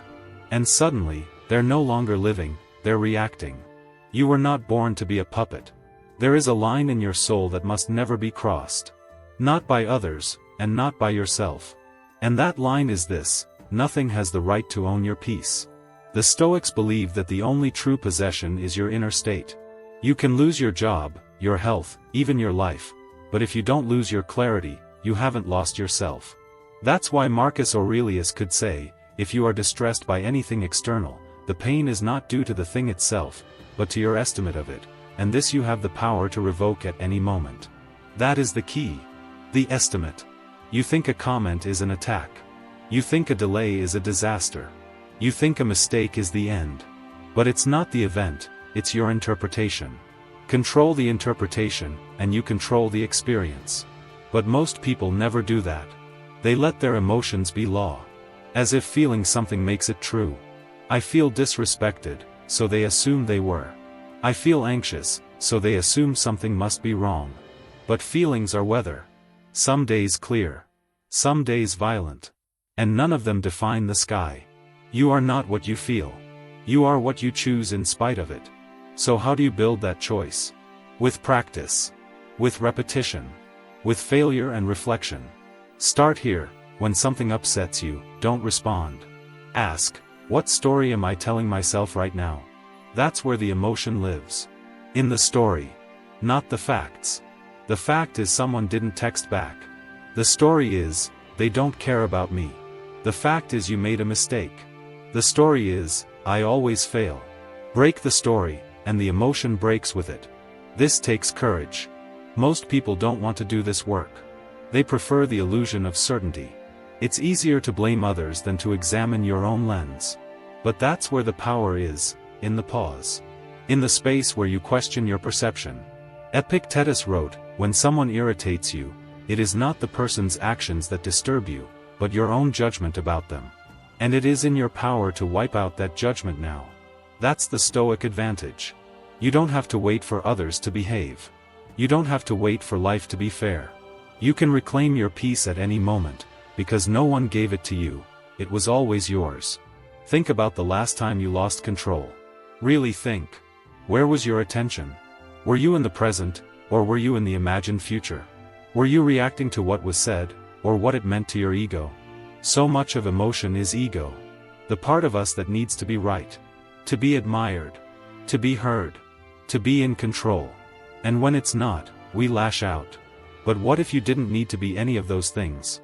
What if being calm was more important than being right? What if your dignity mattered more than your pride? The Stoics would say that the wise person is not the one who feels nothing, but the one who chooses what to feel and when. Not a robot. Not a stone. But a human being who has mastered the art of response. You see, the opposite of emotional chaos is not numbness, it's harmony. Alignment between what you feel and what you value. And values are what keep you anchored. When the storm comes, and it will come, you don't hold on to your feelings. You hold on to your principles. Justice. Courage. Self-discipline. Compassion. These don't change with your mood. They are the pillars that hold you up when emotion wants to pull you down.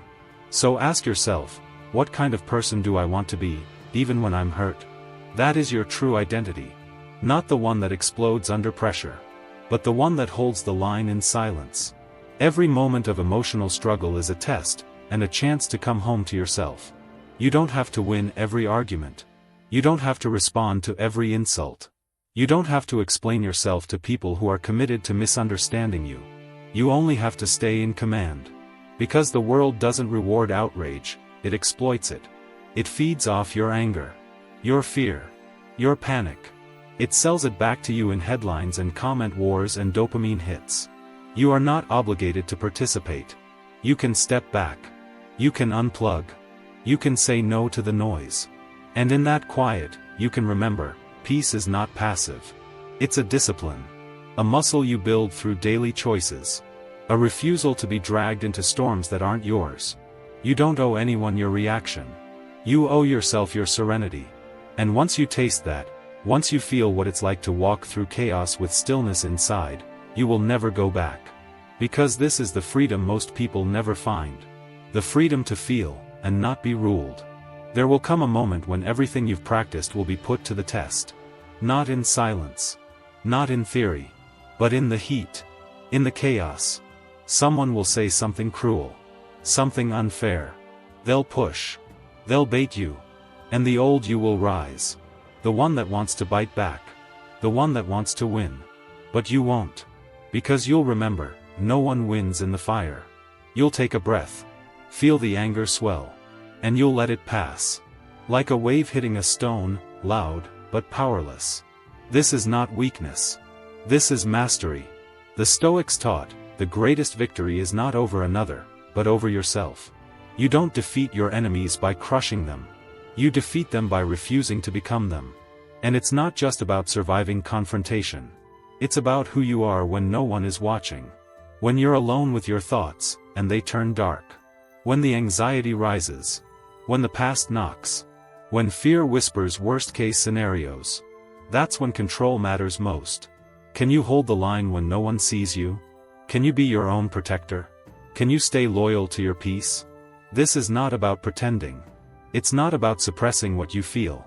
It's about choosing how you carry it. Emotions are information. They show you what matters. But they are not instructions. They don't get to decide your actions. That's your role. Your right. Your power. So let the feeling come. Let it knock. Let it scream. But you, stay still. Don't confuse noise with truth. Just because it's loud doesn't mean it's real. And when it fades, as it always does, you'll still be there. Intact. Unburned. This is the path of the Stoic, not to escape life, but to enter it with full awareness and unshakable presence. Imagine this, you walk into a room where tension hangs in the air. Someone looks at you with contempt. You feel the old reflex rise. But you don't move. You don't respond. You simply observe. You feel the heat, but you do not boil. That silence is not emptiness. It is strength restrained. Or another day, you wake up and everything feels wrong. The weight of the world presses down. The mind starts to spiral. But you catch it. You say, I see you. I hear you. But I do not obey you. You get out of bed. You breathe. You carry on. That is the quiet victory. No one will write about it. No one will applaud it. But it will change your life. Because emotional control is not about making a moment better. It's about making a life better. It gives you space to think, to choose, to become who you admire. And slowly, day by day, you stop being the victim of your feelings. You become the author of your fate. That's what Marcus Aurelius meant when he said, "The soul becomes dyed with the color of its thoughts." If you feed it anger, it will live in rage. If you feed it fear, it will walk in panic. But if you feed it clarity, courage, compassion, it will reflect those colors back into everything you do. So choose what you feed it. Choose what you allow to enter. Not every emotion deserves your attention. Not every provocation deserves a reply. You are not obligated to attend every battle you're invited to. You can decline. You can walk away. You can say, "This is not worth my peace." And then turn inward. Focus. Return to what matters. The world is loud. People are reactive. Life is unfair. But that's not your cue to lose yourself. That's your cue to rise above. And you will fail, sometimes. You will react. You will yell. You will regret. But that too is part of the work. The point is not to become perfect. It's to become conscious. To catch the emotion sooner next time. To pause longer. To rise faster. That is how control is built, not in one glorious act, but in hundreds of silent choices. So start now. The next time emotion rises, don't ask, "How do I make this go away?" Ask, "What is this trying to teach me? And who do I want to be in this moment?" Let that guide you. Let that center you. And as the days pass, you'll notice something. You'll stop fearing the storm, because you've become the calm within it. You'll stop waiting for peace, because you carry it with you. And in a world that screams, that reacts, that loses its mind over shadows, you will be the stillness others run to. You will be the silence that cuts through chaos. You will be the one who feels deeply, and remains free. Not emotionless, but unconquered. Have you ever met someone far less talented than you, and yet they're winning? While you, with all your potential, feel like you're stuck. There's a bitter truth most people don't want to hear: discipline beats talent. Every time. Talent makes you impressive, discipline makes you unstoppable. We love to romanticize success stories. A young genius discovers a gift, seizes a lucky moment, and the world opens up to them. But behind every real success, there's something far less glamorous: the grinding repetition of daily effort. The private war fought in silence. The ability to do what must be done, even when you don't feel like doing it. The Stoics knew this long before us. Marcus Aurelius, a Roman emperor with unimaginable responsibility, wrote in his private reflections, "You must build your life action by action, and be content if each one achieves its goal." No drama. No excuses. Just the steady, determined rhythm of discipline. You want to know the real secret to success? It's not intelligence. It's not luck. It's not connections. It's self-control. The ability to rule over your emotions, to command your actions, to say no to momentary pleasure in favor of long-term purpose. That is the root of greatness. But our world is allergic to discipline. It screams for indulgence. It worships ease. It praises convenience. That's why you feel weak. That's why you keep breaking your promises to yourself. Not because you're incapable, but because you've been trained to choose comfort over character. Epictetus, a man born a slave, said, "No man is free who is not master of himself." Read that again. Because that one sentence contains the fire you've been missing. Discipline is not a prison, it's freedom. Freedom from regret. Freedom from chaos. Freedom from the tyranny of your impulses. Think about it. Every time you procrastinate, every time you binge, every time you make the easy choice, what you're really doing is handing over your freedom. You're letting the moment rule you. You're letting comfort steal your future. The Stoics didn't believe in waiting for motivation. They didn't believe in letting moods dictate action. Seneca wrote, "We suffer more in imagination than in reality." And so we do, we imagine discipline as suffering, as some cold, joyless burden. But it's not. It's a gift. It's the path out of mediocrity. Discipline is the only tool sharp enough to cut through distraction. It's what allows you to live, not just exist. And you don't need to be born with it. It's not a talent. It's a decision. It's a practice. It's something you build, day by day, repetition by repetition, failure by failure. Let's be honest, you already know what needs to be done. The problem isn't knowledge. It's action. You know you should wake up earlier. You know you should stop scrolling. You know you should move your body, feed your mind, guard your time. But knowing is not enough. Only doing counts. And this is where most people quit. Because doing is hard. Discipline doesn't offer instant rewards. It doesn't give you a dopamine hit. What it gives you is a slow, steady transformation. The kind that builds empires. The kind that rebuilds broken men. Marcus Aurelius led armies and ruled a continent, but he still had to remind himself each morning to get out of bed and do his duty. At dawn, he wrote, "When you have trouble getting out of bed, tell yourself, I have to go to work, as a human being." You think your struggle is unique? It's not. The greats faced it too. The difference is, they didn't let it stop them. They didn't wait until they felt ready. They acted. They endured. They repeated. Over and over and over again. Discipline is not about perfection. The Stoics never asked for that. They asked for effort. For integrity. For inner alignment between what you value and what you actually do. That's where peace comes from, not from achieving some mythical goal, but from living in accordance with your principles. We live in an age of noise. Endless inputs. Infinite options. And with that comes the illusion that we need more time, more energy, more resources. But the truth is brutal, you already have enough. What you need is discipline. Discipline is remembering who you are when everything around you tempts you to forget.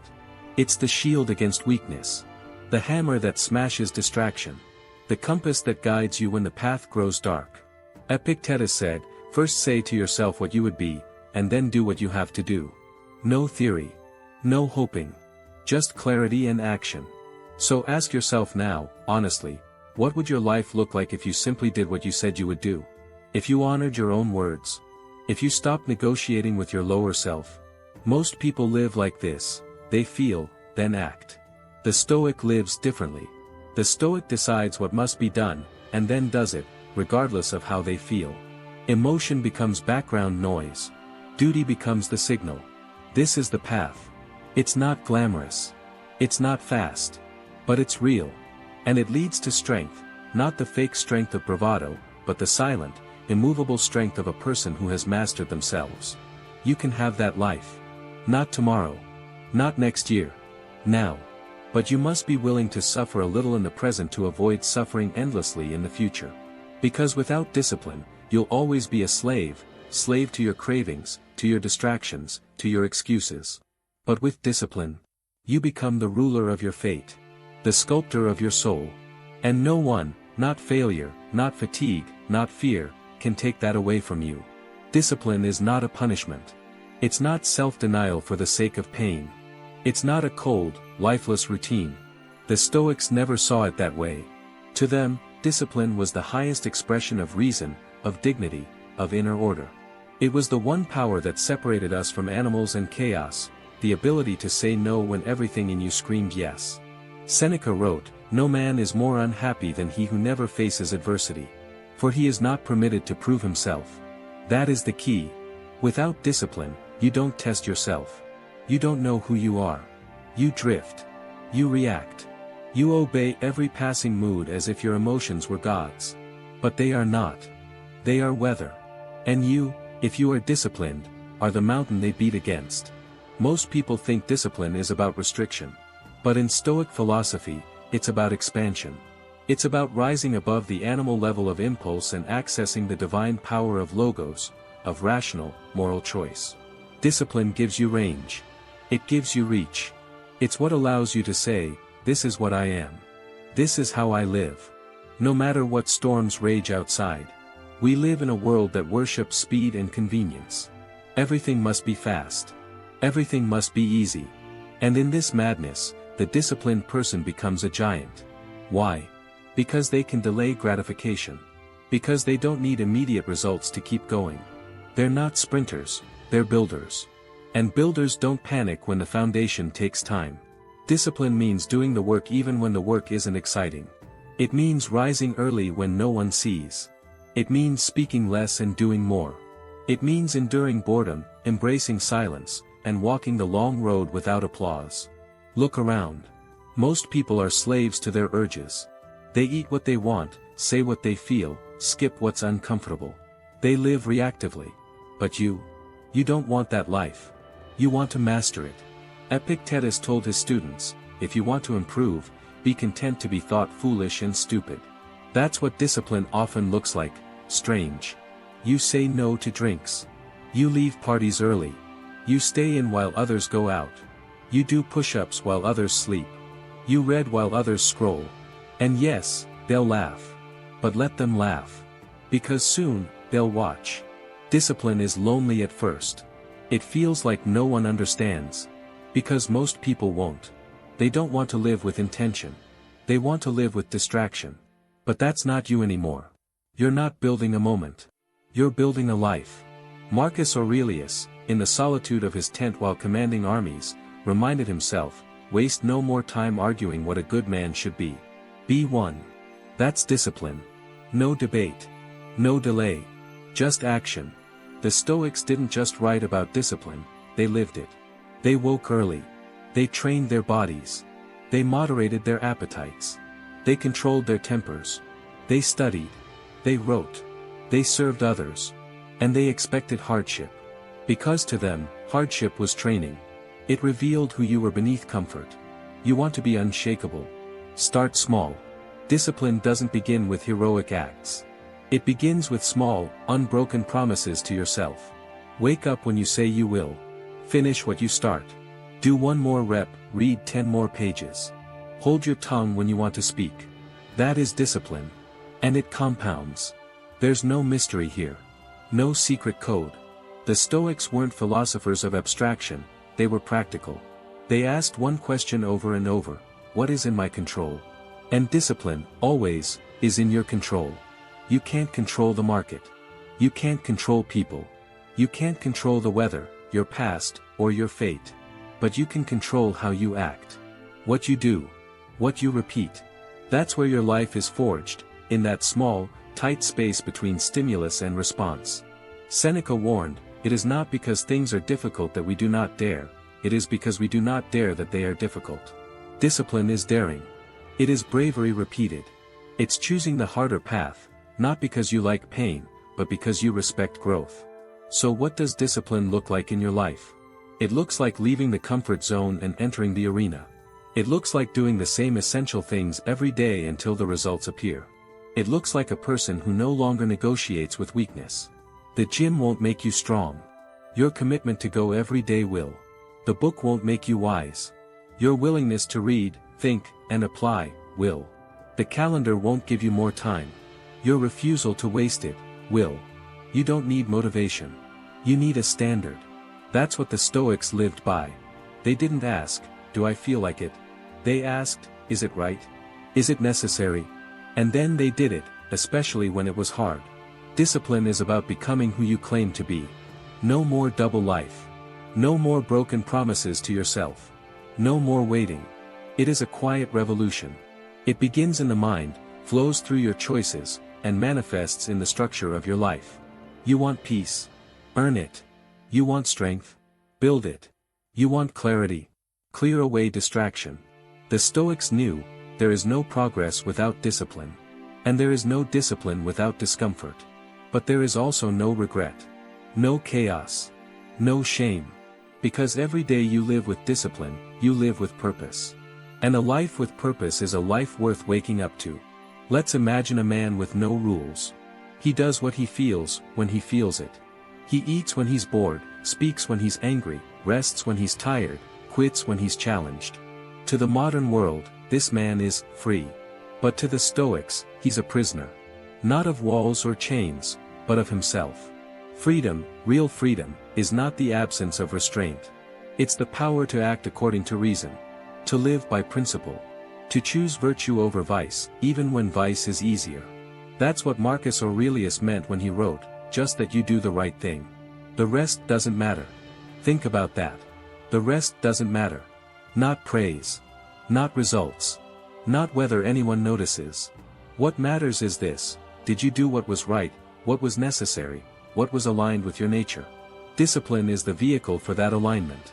Without it, you remain an idea, a possibility. With it, you become real. You want to be someone people respect? Start by respecting yourself. And the fastest way to do that is to become someone you can trust. Someone who follows through. Someone who shows up. Not just once, but always. Especially when it's hard. Especially when no one's watching. The world will test you. People will disappoint you. Outcomes will fail you. But if your actions are rooted in discipline, none of that can shake you. Because your peace no longer depends on circumstance, it depends on character. Epictetus said, "Don't explain your philosophy. Embody it. Stop talking. Stop planning. Stop dreaming. Show me. Show yourself. Show the world."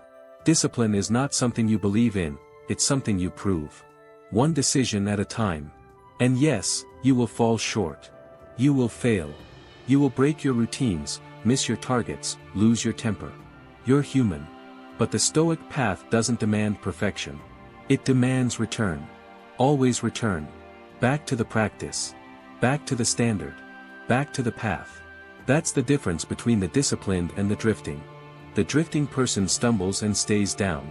The disciplined person stumbles, and gets up faster every time. So if you've fallen, good. You've been given a chance to build real strength. Not the kind that avoids failure, but the kind that outlives it. And it's not just about your goals. Discipline is the foundation of every virtue. Without it, courage becomes recklessness. Wisdom becomes trivia. Justice becomes convenience. Temperance becomes weakness. All of Stoicism rests on this core: can you govern yourself? If not, you will be governed, by impulse, by others, by fear. But if you can master your inner world, no external force can conquer you. This is not theory. It is practice. As Marcus Aurelius wrote to himself again and again in his meditations, don't waste time. Do what needs doing. Stop seeking comfort, seek duty. He was the emperor of the most powerful empire on earth. He could have indulged in every luxury, every distraction. But he chose the harder road. The disciplined life. The examined life. The Stoic life. And so can you. Start small. Wake up when you said you would. Eat with awareness. Move your body with intention. Work with focus. End your day with reflection. Repeat. The world will offer you shortcuts. Ignore them. It will praise your effort one day and mock you the next. Don't depend on praise. Don't depend on feelings. Depend on the process. Discipline is your compass when the world gets loud. When your mind says, skip today, reply with action. When your fear says, not ready, reply with courage. When your mood says, not now, reply with discipline. Over time, those actions stack. They become muscle memory. And then something changes, you stop acting disciplined. You become disciplined. You stop asking, should I do it, and begin saying, this is who I am. And this identity, this core of consistency, becomes your power. Because in a world full of chaos, one man walking straight becomes unstoppable. In a world drowning in excuses, one woman who does what she says, becomes unforgettable. Seneca wrote, if a man knows not which port he sails, no wind is favorable. But once you know your direction, once you know the man or woman you want to be, discipline becomes the wind in your sails. It drives you forward, even on days when life tries to knock you back. You don't need a perfect plan. You need relentless motion. You don't need more time. You need better use of time. You don't need more inspiration. You need more repetition. This is how character is built. This is how freedom is earned. This is how a life of meaning is constructed, one small, repeated act of discipline at a time. So if you're tired of starting over, then stop quitting. If you're tired of being ruled by emotions, then stop obeying them. If you want peace, power, and purpose, then step forward and claim them. Not tomorrow. Now. Today. This moment. Because discipline is not something you find, it's something you choose. And the Stoics knew, once chosen, it changes everything. Imagine a man sitting alone in the dark. There's no one to impress. No one watching. No rewards waiting at the end of the day. Just the silence of the room and the weight of one question: will I still do what is right? That's the ultimate test of discipline. Not when there's a prize. Not when there's applause. But when there is only you, and your will. The Stoics lived with this question every day. They knew that real strength is forged not in public, but in solitude. Not in the moments of triumph, but in the decision to rise at dawn when comfort whispers, stay. Marcus Aurelius never wrote his meditations for fame. He wrote them to himself, to remind himself of the man he wanted to be. In the face of war, betrayal, disease, and death, he clung to discipline, not out of pride, but out of necessity.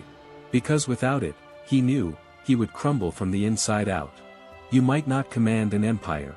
But you command something even greater, your own soul. And the same laws apply. Govern yourself, or be governed by the chaos within and around you. Discipline isn't about being rigid. It's about being ready. Ready for anything. Ready to face pain without panic. Ready to face pleasure without surrender. Ready to meet fortune without arrogance, and misfortune without despair. This is what the Stoics called apatheia, not indifference, but inner serenity. The kind of strength that comes only from order within. And that order comes from discipline.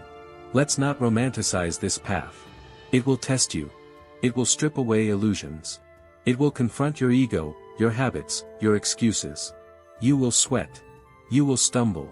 You will be tempted to return to the easier road. But if you stay the course, something remarkable happens. You stop being controlled by life, and begin to control how you respond to it. Epictetus said, "How long are you going to wait before you demand the best for yourself?" That's the question. Because most people live waiting. Waiting for the perfect conditions. Waiting to feel ready. Waiting for someone to push them. But the disciplined person stops waiting, and starts becoming. They don't hope for better circumstances. They create better behavior. And slowly, discipline transforms everything. It sharpens the mind. Strengthens the body. Clears the emotions. Cleanses the conscience. You become someone others can count on, but more importantly, someone you can count on. That trust is everything. It's the foundation of confidence, the beginning of self-respect. Because the truth is, most of our anxiety comes not from what's out there, but from the fact that we don't trust ourselves to follow through. You want less fear? Be more disciplined. You want more peace? Be more disciplined. You want to be free? Be more disciplined. The paradox is powerful. The more you restrict yourself from weakness, the more you expand into strength. When you stop chasing comfort, you start living with clarity. When you stop quitting, you start winning.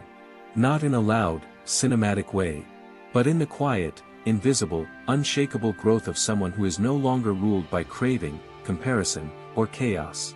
This doesn't mean you won't suffer. The Stoics never promised that. In fact, they promised the opposite.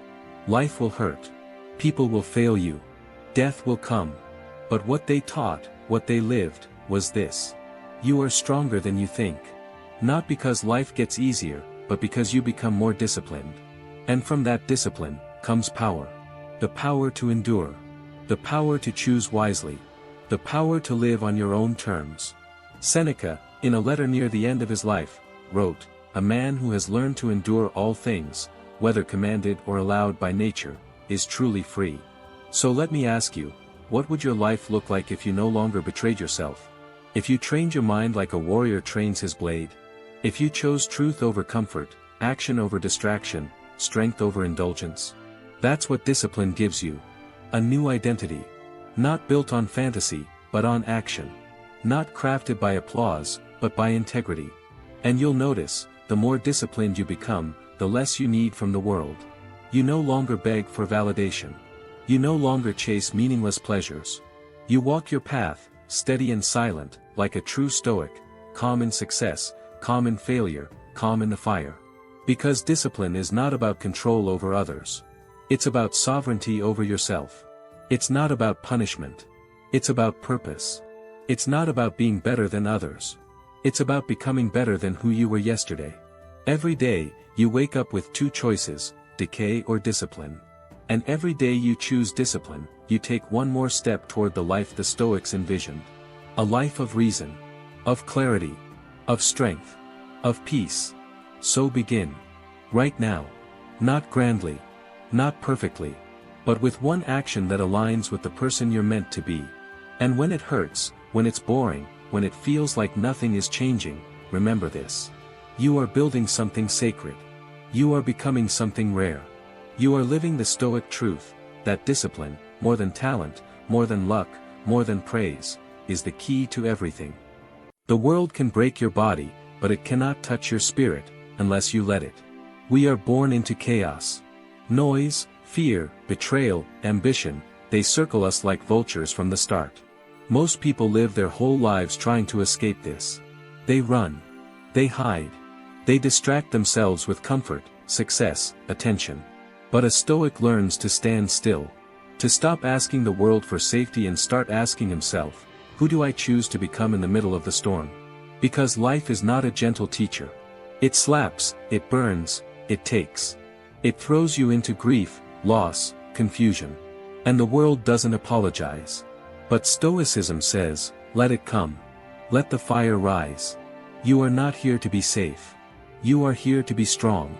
Not strong in muscle, not strong in wealth, but unbreakable where it matters most, in the soul. You can become invincible. Not by controlling the world, but by controlling how you respond to it. Not by winning every battle, but by making peace with what is out of your hands. A Stoic does not beg fate to be kind. He simply trains for whatever fate decides. Seneca said, you are obligated to die standing, undefeated. That's not poetry. That's not metaphor. It's an order. It's a reminder that philosophy was never meant to decorate your bookshelf. It's armor. It's a weapon. It's how you look death in the face and feel nothing. Because death may come. Pain may come. But your courage, that belongs to you. It can't be taken unless you surrender it. The Stoic does not say, I will never fall. He says, I will rise every time. He does not say, I will never feel pain. He says, I will not let pain define me. He does not chase praise, because he knows how fast the crowd turns to hatred. He does not dread insults, because he knows how meaningless they are in the face of time. He does not worship his own reputation. His worth is not rented from other people's approval. It is built quietly, inwardly, and it is his alone. To become invincible, you must first stop believing that anything outside you can give you peace. Not wealth. Not admiration. Not even love. All of these things are fleeting. They come and go, not by your will, but by chance. A Stoic does not cling to what he cannot keep. He prepares to lose it all, and remain whole. People think strength means never feeling fear. That's wrong. A Stoic feels the fear and moves forward anyway. He doesn't wait to be fearless. He chooses clarity. He sees the thing he dreads and says, I will meet it head on. If it kills me, it kills me. But I will never kneel. Marcus Aurelius, ruler of an empire, wrote to himself in the dead of night, if it is endurable, endure it. If not, then end it. Either way, do not complain. He knew he could not choose what life gave him. But he could always choose his posture. His attitude. His discipline. He could choose not to break. Epictetus, born a slave, crippled by cruelty, became a philosopher of inner freedom. He said, no man is free who is not master of himself. The world owned his body, but not his mind. That was his territory. And in that territory, he ruled. Do you understand what that means? That the world can strike you, imprison you, betray you, and you can still be free. Because freedom isn't a condition. It's a stance. It's the way you hold your own mind, even when everything else is taken. And invincibility doesn't mean being untouchable. It means refusing to be conquered. What do you believe you cannot live without? Whatever it is, that's your master. That's your weakness. Your fear clings to it. Your mind bows to it. To become strong, you must first see clearly what controls you. And then, start letting go. This is not easy. It's not glamorous. It won't win you applause. But it will give you something deeper, self-command. The ability to sit inside suffering and still choose dignity. The ability to face loss and still choose gratitude. The ability to wake up inside a nightmare and say, even now, I am not broken. Don't wait for peace to come from the outside. It never will. The economy will crash. Friends will leave. People will betray you. Your health will fail. You will lose what you love. These are not pessimistic guesses. These are guarantees. But the good news is, none of it can touch who you are, unless you let it in. That's the path of Stoicism. To live each day with the awareness that everything is temporary. That nothing belongs to you. And that your only true possession is your own response. Your discipline. Your values. Your reason. If you can master that, then you are untouchable. You become your own fortress. Not a fortress built on pride or ego, but one built on truth. On humility. On the courage to say, I am not immune to pain. But I am no longer ruled by it. When you stop chasing what you cannot control, you become calm. When you stop fearing what you cannot avoid, you become clear. And when you stop clinging to what you cannot keep, you become free. You may still suffer. But you will never be defeated. Strength is not something you find in perfect conditions. It is forged exactly where everything is wrong. When you are tired, uncertain, when life doesn't make sense, that is where you practice. Because that is where you live. No one trains for a peaceful day. You train for the hard ones. You don't build character in the light. You build it in the dark. When no one is watching. When everything in you wants to quit. When comfort calls, and fear whispers, and your old habits pull at your feet. That's when you have a choice. You can go numb, as the world teaches you. Or you can step forward and say, let me meet this moment as a student of life. Let it sharpen me. To the Stoic, nothing is wasted. Not failure. Not heartbreak. Not humiliation. All of it becomes fuel. All of it can be used. Pain is not the enemy. It's the forge. If you learn to stand still inside it, you come out shaped, not shattered. Hardened, not hollow. When Marcus Aurelius lost children, he did not scream at the sky. He returned to the page, to his discipline, to his reason. He reminded himself that he was not promised anything. That life is loaned, not owned. And that gratitude does not begin when things are perfect, it begins when you see clearly what is not in your control and stop demanding that it should be. Do you want to be strong? Then look your suffering in the eye. Let it teach you. Ask, what part of me still breaks too easily? What have I not yet trained? The Stoic does not numb himself with optimism. He prepares himself with clarity. He does not say, everything will be okay. He says, whatever comes, I will endure it. And if I fall, I will fall with courage, not complaint. That's what it means to become invincible. Not that you stop hurting, but that you stop surrendering your inner peace to outer events. Not that you become cold, but that you choose warmth without attachment. Not that you become fearless, but that you become obedient to your reason, not your panic. Seneca wrote, misfortune is virtue's opportunity.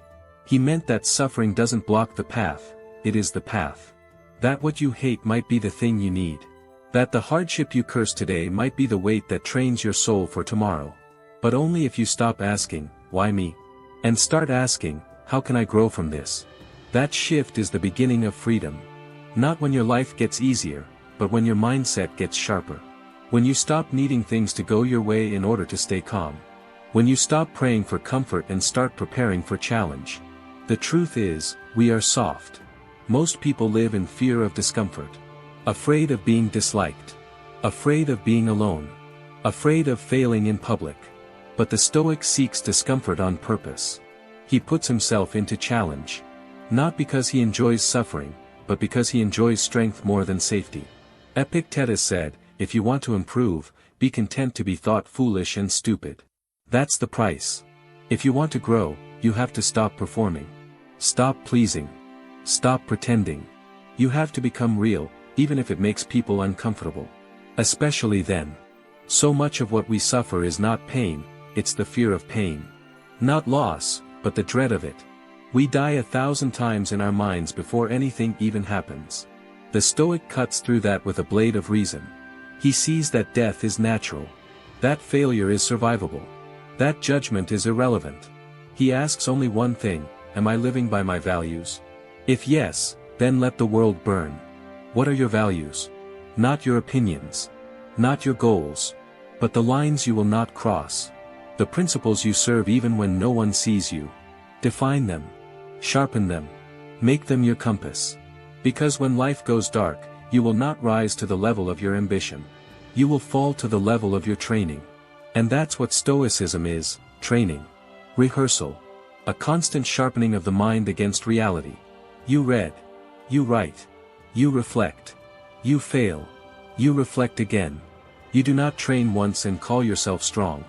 You train every day, because the battle is every day. The enemy is not outside. It's inside, your habits, your attachments, your illusions. You conquer them not with force, but with discipline. With awareness. With a radical commitment to truth. You question every story you tell yourself. Every fear. Every desire. You strip away everything that is not essential. And what remains, that is you. A man who has done this is untouchable. You can strip him of his possessions, his friends, his title, and still, he will not break. Because what he is cannot be taken. It was built inside, by effort, not by chance. And because he expects loss. He rehearses death. He does not cry when it knocks. He opens the door and says, "I've been expecting you." Most people cling. They cling to status, youth, love, plans, identity. But the Stoic holds lightly. He lives with open hands. And because of that, he walks freely. He gives freely. He loves deeply. And when the time comes, he lets go. That is power. Not control over others. But control over yourself. Not dominance, but dignity. Not comfort, but calm. And it is available to you. But only if you're ready to leave behind the illusions that have kept you small. The story that you are a victim. The belief that life owes you ease. The fear that pain is your enemy. Let the world do what it does. You, do what you were born to do. Stand. You were not born to be protected. You were born to be prepared. That's why life hurts. Not because it hates you, but because it's shaping you. Every wound, every failure, every heartbreak, they are hammers. And you are iron. The Stoics knew this. They didn't pray for ease. They trained for resilience. They woke up every day and asked themselves the same brutal question: what if today I lose everything? What if this is my last breath, my last sunrise, my last chance to act like the person I claim to be? And they lived from that awareness, not in fear, but in focus. Because when you remember that everything can be taken, you stop clinging. And when you stop clinging, you stop panicking. And when you stop panicking, you become clear. And in that clarity, you find peace. Real peace is not comfort. Real peace is discipline. It's knowing that no matter what happens, you will not betray yourself. That even if you are afraid, you will not act from fear. That even if you are in pain, you will not collapse into self-pity. That even if the world misunderstands you, you will not abandon your truth to be liked. Seneca said, "No man is more unhappy than he who never faces adversity. For he is not permitted to prove himself. You must be tested. You must be broken open. Because only then can you find out what's real. Not what's easy. Not what's convenient. What's real. Courage is not born in still water. It is shaped in waves. Every time life pushes you under and you come back up gasping, that is your strength. Every time you stand when it's easier to hide, that is your victory. And every time you keep your values intact when compromise would be simpler, that is your proof. You do not need to wait for a catastrophe to begin this work. Begin now. In the small moments. In the traffic, in the arguments, in the tired mornings and restless nights. That's where the training happens. Not on retreat. Not in silence. But in the chaos of your real life. Practice patience when your ego is screaming. Practice restraint when anger boils. Practice presence when your mind wants to run away. That's the real work. And no one will clap for it. But you will know. You will feel the weight lifting. The chains breaking. You will begin to recognize the thing inside you that cannot be touched. Do not mistake this for numbness. The Stoic does not shut off his heart. He opens it wider. He loves fully, knowing loss will come. He gives generously, knowing there may be no return. He trusts, not because people are perfect, but because he would rather live with openness than rot behind walls. That takes strength. That takes real confidence, the kind that doesn't need applause. Confidence is not loud. It is quiet. Unshaken. It doesn't need to be seen, because it knows what it is. It doesn't fear silence, because it is whole. A Stoic is not the loudest in the room. He is the still point. The one who listens deeply. Who sees clearly. Who speaks only when the words serve truth. Most people are ruled by their moods. They do what they feel like. If they're tired, they quit. If they're sad, they spiral. If they're angry, they lash out. And then they blame the world for what they became. The Stoic does the opposite. He does what is right, especially when he doesn't feel like it. Because he knows, character is formed exactly in those moments when it would be easier to act from weakness. And so, you must ask yourself, what kind of person do I want to be when no one's watching? What kind of man or woman do I want to be when the pressure rises? When things go wrong? When everything I love is on the line? If you do not know the answer, that's okay. But start asking. Because how you live matters. How you respond matters. And you are shaping that future self right now, in this moment, with every decision you make. Do not look for a teacher. Life will teach you. Do not look for the perfect book. You are already writing yours, day by day, in how you live. And if you're waiting to feel ready, understand this, you never will. Begin anyway. Epictetus reminded his students, you may delay, but time will not. Whatever you are postponing, the hard conversation, the discipline, the honest look in the mirror, stop postponing it. The cost is too high. This is your life. Not a rehearsal. Not a trial version. This is it. To become invincible, you must live as if every moment matters. Because it does. Not for the world. Not for the crowd. But for you. You are building your soul. Every word, every action, every reaction, they are bricks. Build something that can stand through the fire. One day, you will lose. You will be betrayed. You will get sick. You will watch someone you love suffer. You will face death. These are not maybes, they are certainties. The only question is, will you be ready? A Stoic doesn't wait for the battle to begin training. He trains every day, knowing the battle is already here. In his thoughts. In his reactions. In his choices. And in that constant preparation, he becomes free. Because the invincible man is not the one who escapes pain. He is the one who outgrows fear. And so can you. There will come a moment, quiet, unspectacular, when the storm rises again. Maybe it's illness. Maybe betrayal. Maybe the slow collapse of something you thought would last. And in that moment, you will not have time to prepare. You will not have time to search for wisdom. You will have only what you've already built. That is why you train now. You train so that when the ground shakes, you don't. So that when the silence breaks, you stay calm. So that when life asks, who are you without what you love? You have an answer. One that cannot be stolen. This is the final power of Stoicism, not to avoid suffering, but to be transformed by it. Not to rise above pain, but to pass through it with dignity. Not to escape death, but to meet it like an old friend, knowing it cannot take what you've already surrendered. You were never promised tomorrow. No one was. The Stoics knew this. That's why they lived every day as if it were enough. Marcus Aurelius wrote, do not act as if you were going to live 10,000 years. Death hangs over you. While you live, while it is in your power, be good. That is not gloom. That is liberation. Because once you stop clinging to time, you stop wasting it. Once you stop fearing death, you begin to live. Have you ever watched a man die well? A man who met the end without begging, without rage, without bitterness, only with peace. That is not luck. That is preparation. That is a life trained for its final hour. You will not be remembered for how much you owned, how loud you were, or how many people followed you. You will be remembered for how you carried your pain.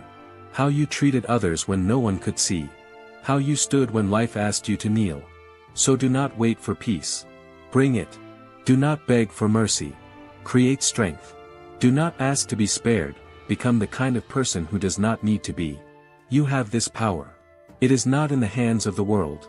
It is not in your past, or your future. It is in your choices, now.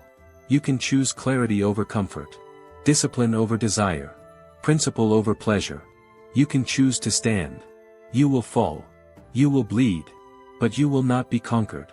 That is invincibility. To be invincible is not to be unhurt, it is to become someone whom pain cannot break. And the world needs people like that. People who do not waver with every wind. Who do not sell their soul for applause. Who do not collapse at the first sign of failure. The world needs quiet strength. Unshakable values. calm in the middle of noise. Fire that does not burn others, but lights the way. Maybe that person is you. But only if you choose it. Not once. Every day. You will not arrive at invincibility by accident. You will not stumble into it through comfort.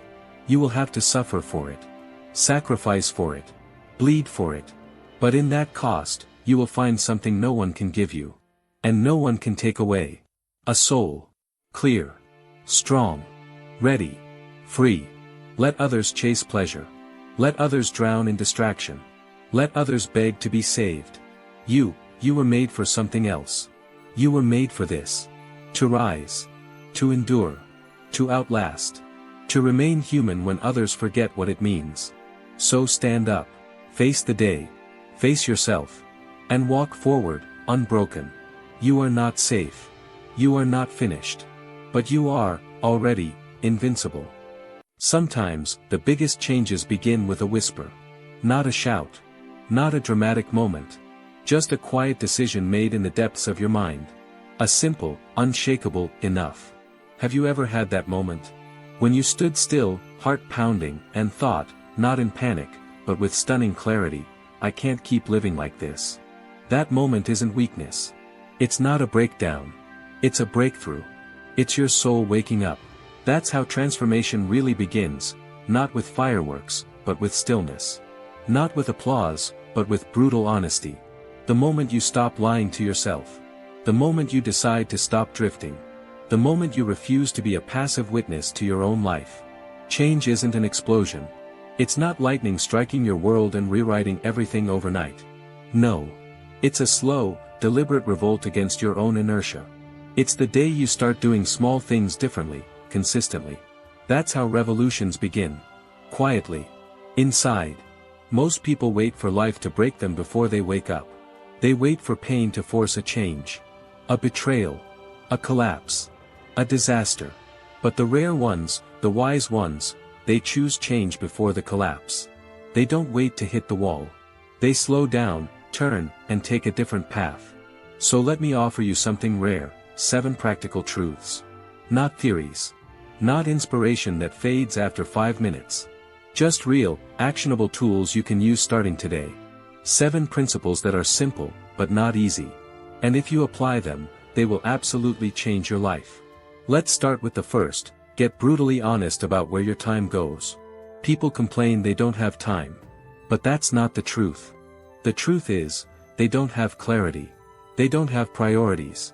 They say yes to distractions, and maybe to what really matters. They live in reaction mode, always responding, never directing. And then they wonder why they feel exhausted and unfulfilled. So here's your first exercise. Track your time like you track your money. Not vaguely. Not in your head. Write it down.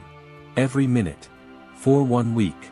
Every scroll, every snack, every hour lost to empty conversations, mindless content, or shallow entertainment. Write it all. You'll be shocked. You'll realize you're not tired from working too hard, you're tired from leaking energy everywhere. You're tired because you start 10 things and finish none. Because your brain is overstimulated and underfocused. Because your day is devoured by noise. Time is your most valuable currency. And unlike money, once it's gone, you can't earn it back. You are paid every morning with 24 hours of life. If someone stole your wallet, you'd fight to get it back. But people steal your time every day, and you just hand it over. Decide now to guard your time with the same intensity you'd guard your home. Because your time is your life. The way you spend your hours is the way you spend your soul. Here's the second truth, choose your pain. Yes, choose. Because every life includes pain. The pain of growth, or the pain of stagnation. The pain of discipline, or the pain of regret. The pain of setting boundaries, or the pain of being resentful and used. The pain of being misunderstood, or the pain of always pretending. You will suffer. But you get to decide why. You get to choose the kind of pain you're willing to endure, the pain that weakens you, or the pain that strengthens you. Growth is painful. Not because something is being added to you, but because something is being stripped away, your excuses, your illusions, your comfort zone. Every time you step into discomfort with purpose, you gain power. Every time you endure what others avoid, you build character. Don't look for a painless life. Look for a purposeful one. Choose the hard thing that leads you somewhere beautiful, not the easy thing that leaves you empty. And here's the third truth: stop waiting to feel ready. You won't. That perfect moment you're waiting for. It doesn't exist. The fear doesn't vanish. The hesitation doesn't dissolve. Courage is not the absence of fear. It's action in spite of fear. Most people are trapped in a cycle. They wait to feel confident before they act, but confidence only comes after action. After you show up scared. After you speak up shaking. After you try and fail and try again. Confidence is earned, not gifted. So do it unready. Do it unsure. Start when it's messy. Begin when your voice trembles and your knees shake. Don't wait to feel brave. Just be brave. Right now. Clarity comes from movement, not from overthinking. This is where real transformation begins, not in waiting, but in doing. Not in understanding everything, but in trusting something. In taking the first step without seeing the whole path. Your life won't change all at once. But it can change today. With one small act of defiance against your old self. With one conscious decision to show up differently. That's the beginning of everything. The fourth truth is this: cut the noise. Not lower it. Not mute it for an hour and return. Cut it. Eliminate what poisons your clarity. Because a chaotic life is not a coincidence, it's a consequence. And if your mind is foggy, your decisions will be too. You don't need more time. You need less noise. Think of your attention as sacred space. What you allow into that space shapes your thoughts, your moods, your self-worth. Most people live in mental garbage dumps, flooded with opinions, outrage, irrelevant updates, and endless comparisons. They think it's harmless. But it's not. It's a slow erosion of peace. A quiet theft of purpose. Here's what to do. Create silence in your life like you create meals. Deliberately. Daily. Start with just 10 minutes. No phone. No podcasts. No input. Just you, your breath, your thoughts. And watch how uncomfortable it feels. Because the first thing you'll notice in the silence is the noise inside you. You'll hear your own anxious thoughts echoing louder than ever. You'll hear voices, your parents, your critics, your fears. And that's good. Because you can't clean what you refuse to look at. You can't heal what you keep drowning in distraction. Sit with it. All of it. Let the silence sharpen your awareness. Let it strip away the fake urgency that's been running your life. Because silence isn't emptiness, it's presence. And in that presence, you will begin to remember who you are beneath the layers of noise and numbness. Here's the fifth truth: discipline is more powerful than motivation. Motivation is a mood. Discipline is a muscle. Motivation gets you started. Discipline keeps you going when motivation disappears, which it always does. You will not wake up every day excited to work out. You won't always feel like writing, studying, preparing, saying no, showing up.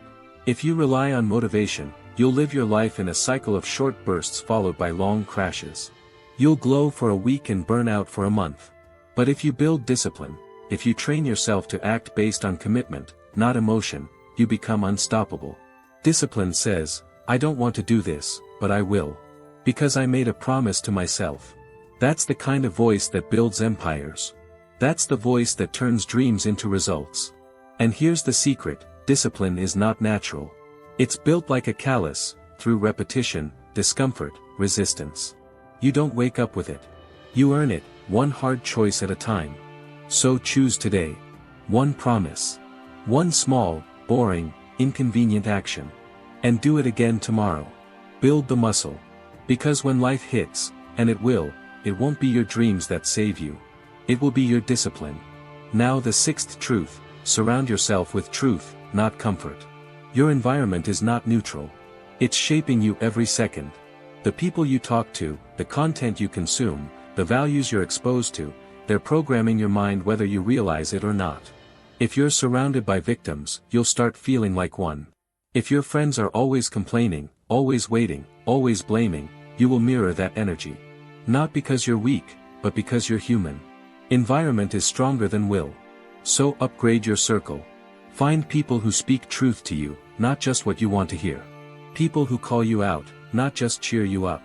People who challenge your stories, your excuses, your stuckness. People who live with intention, who make you want to be better just by being around them. And if you don't have that yet, start by becoming that person.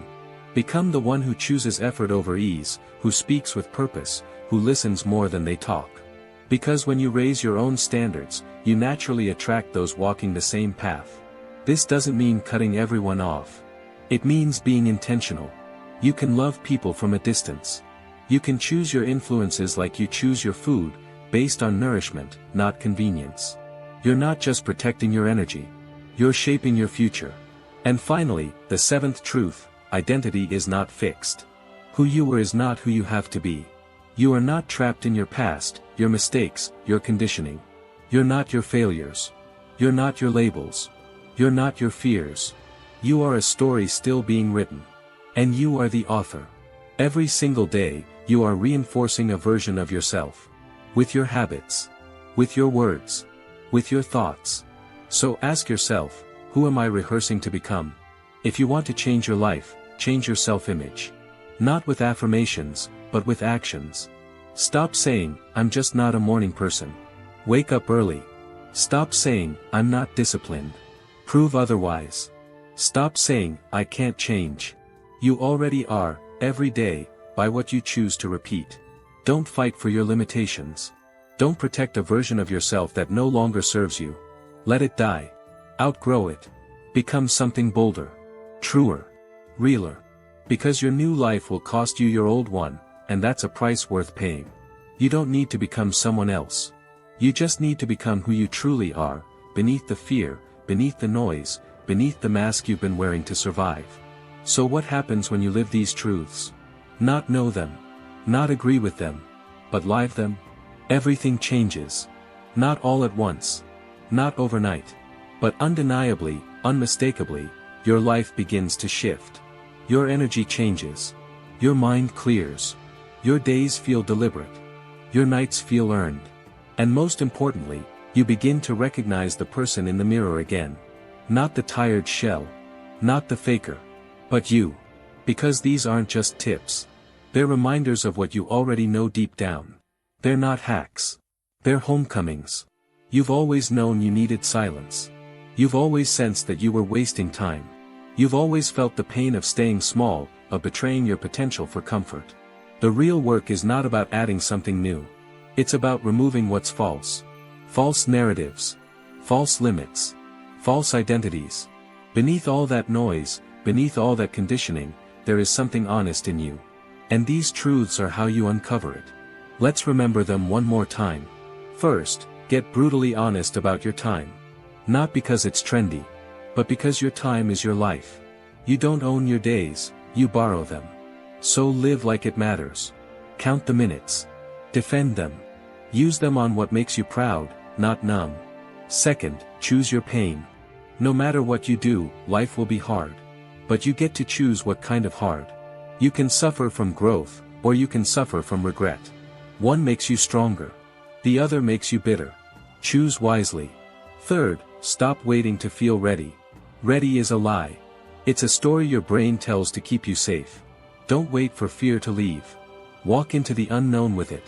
Courage is not the absence of fear, it's dancing with it anyway. Fourth, cut the noise. You can't hear your soul if you're drowning in static. You can't find clarity in chaos. You want peace? Make space. You want answers? Make silence. Your best insights won't scream. They whisper. And silence is the only way to hear them. Fifth, build discipline. Stop living for short-term moods. Build systems. Build patterns. Be the kind of person who follows through even when it's boring. Especially when it's boring. That's how power is born. Sixth, surround yourself with truth, not comfort. Life is too short to spend it with people who drain you. You don't owe everyone access. Choose those who challenge you, who reflect your future, not your past. Protect your energy like your life depends on it, because it does. Seventh, identity is not fixed. You're not your past. You're not broken. You're not too late. You are becoming. Every choice is a brushstroke on the portrait of your character. Paint wisely. And now, here's the real secret. You don't need to master all 7 at once. You don't need to become a warrior overnight. Just start. One step. One shift. One decision to stop lying to yourself. One day of honoring your time. One moment of saying no to what drains you. That's enough. Because when you stack these decisions, again and again, they become momentum. And momentum becomes character. And character becomes destiny. But none of this matters, unless you act. Wisdom that's not applied is weight. It slows you down. It gives the illusion of progress while leaving your life untouched. So ask yourself right now, not, do I agree, but, what will I do? Will you protect your time? Or keep wasting it on things that don't matter? Will you lean into the pain that builds you, or hide from all discomfort? Will you move now, or wait to feel ready for a life that's already slipping away? Will you create silence, or keep letting the world shout over your intuition? Will you build your discipline, or surrender to your moods? Will you elevate your circle, or keep making excuses for toxic comfort? Will you rewrite your identity, or defend a version of you that no longer fits? These are not rhetorical questions. These are the doors in front of you. You can walk through any of them. Right now. All it takes is action. And yes, it will be hard. Yes, you will fail. Yes, you will doubt yourself. But failure is not the enemy. Indecision is. Regret is. Living a life that never felt like yours is. You were not born for mediocrity. You were not born to be passive.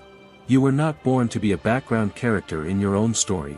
You are here to live on purpose. To struggle with meaning. To rise from chaos with clarity. To trade comfort for courage. To stop performing, and start becoming. So if you hear that quiet voice in you, the one that says, I can't keep living like this, listen. It's not despair. It's a beginning. It's a spark. Fan it. Feed it. Follow it. Because this life, this one, short, fragile, incredible life, it's happening now. And you still have time to change it.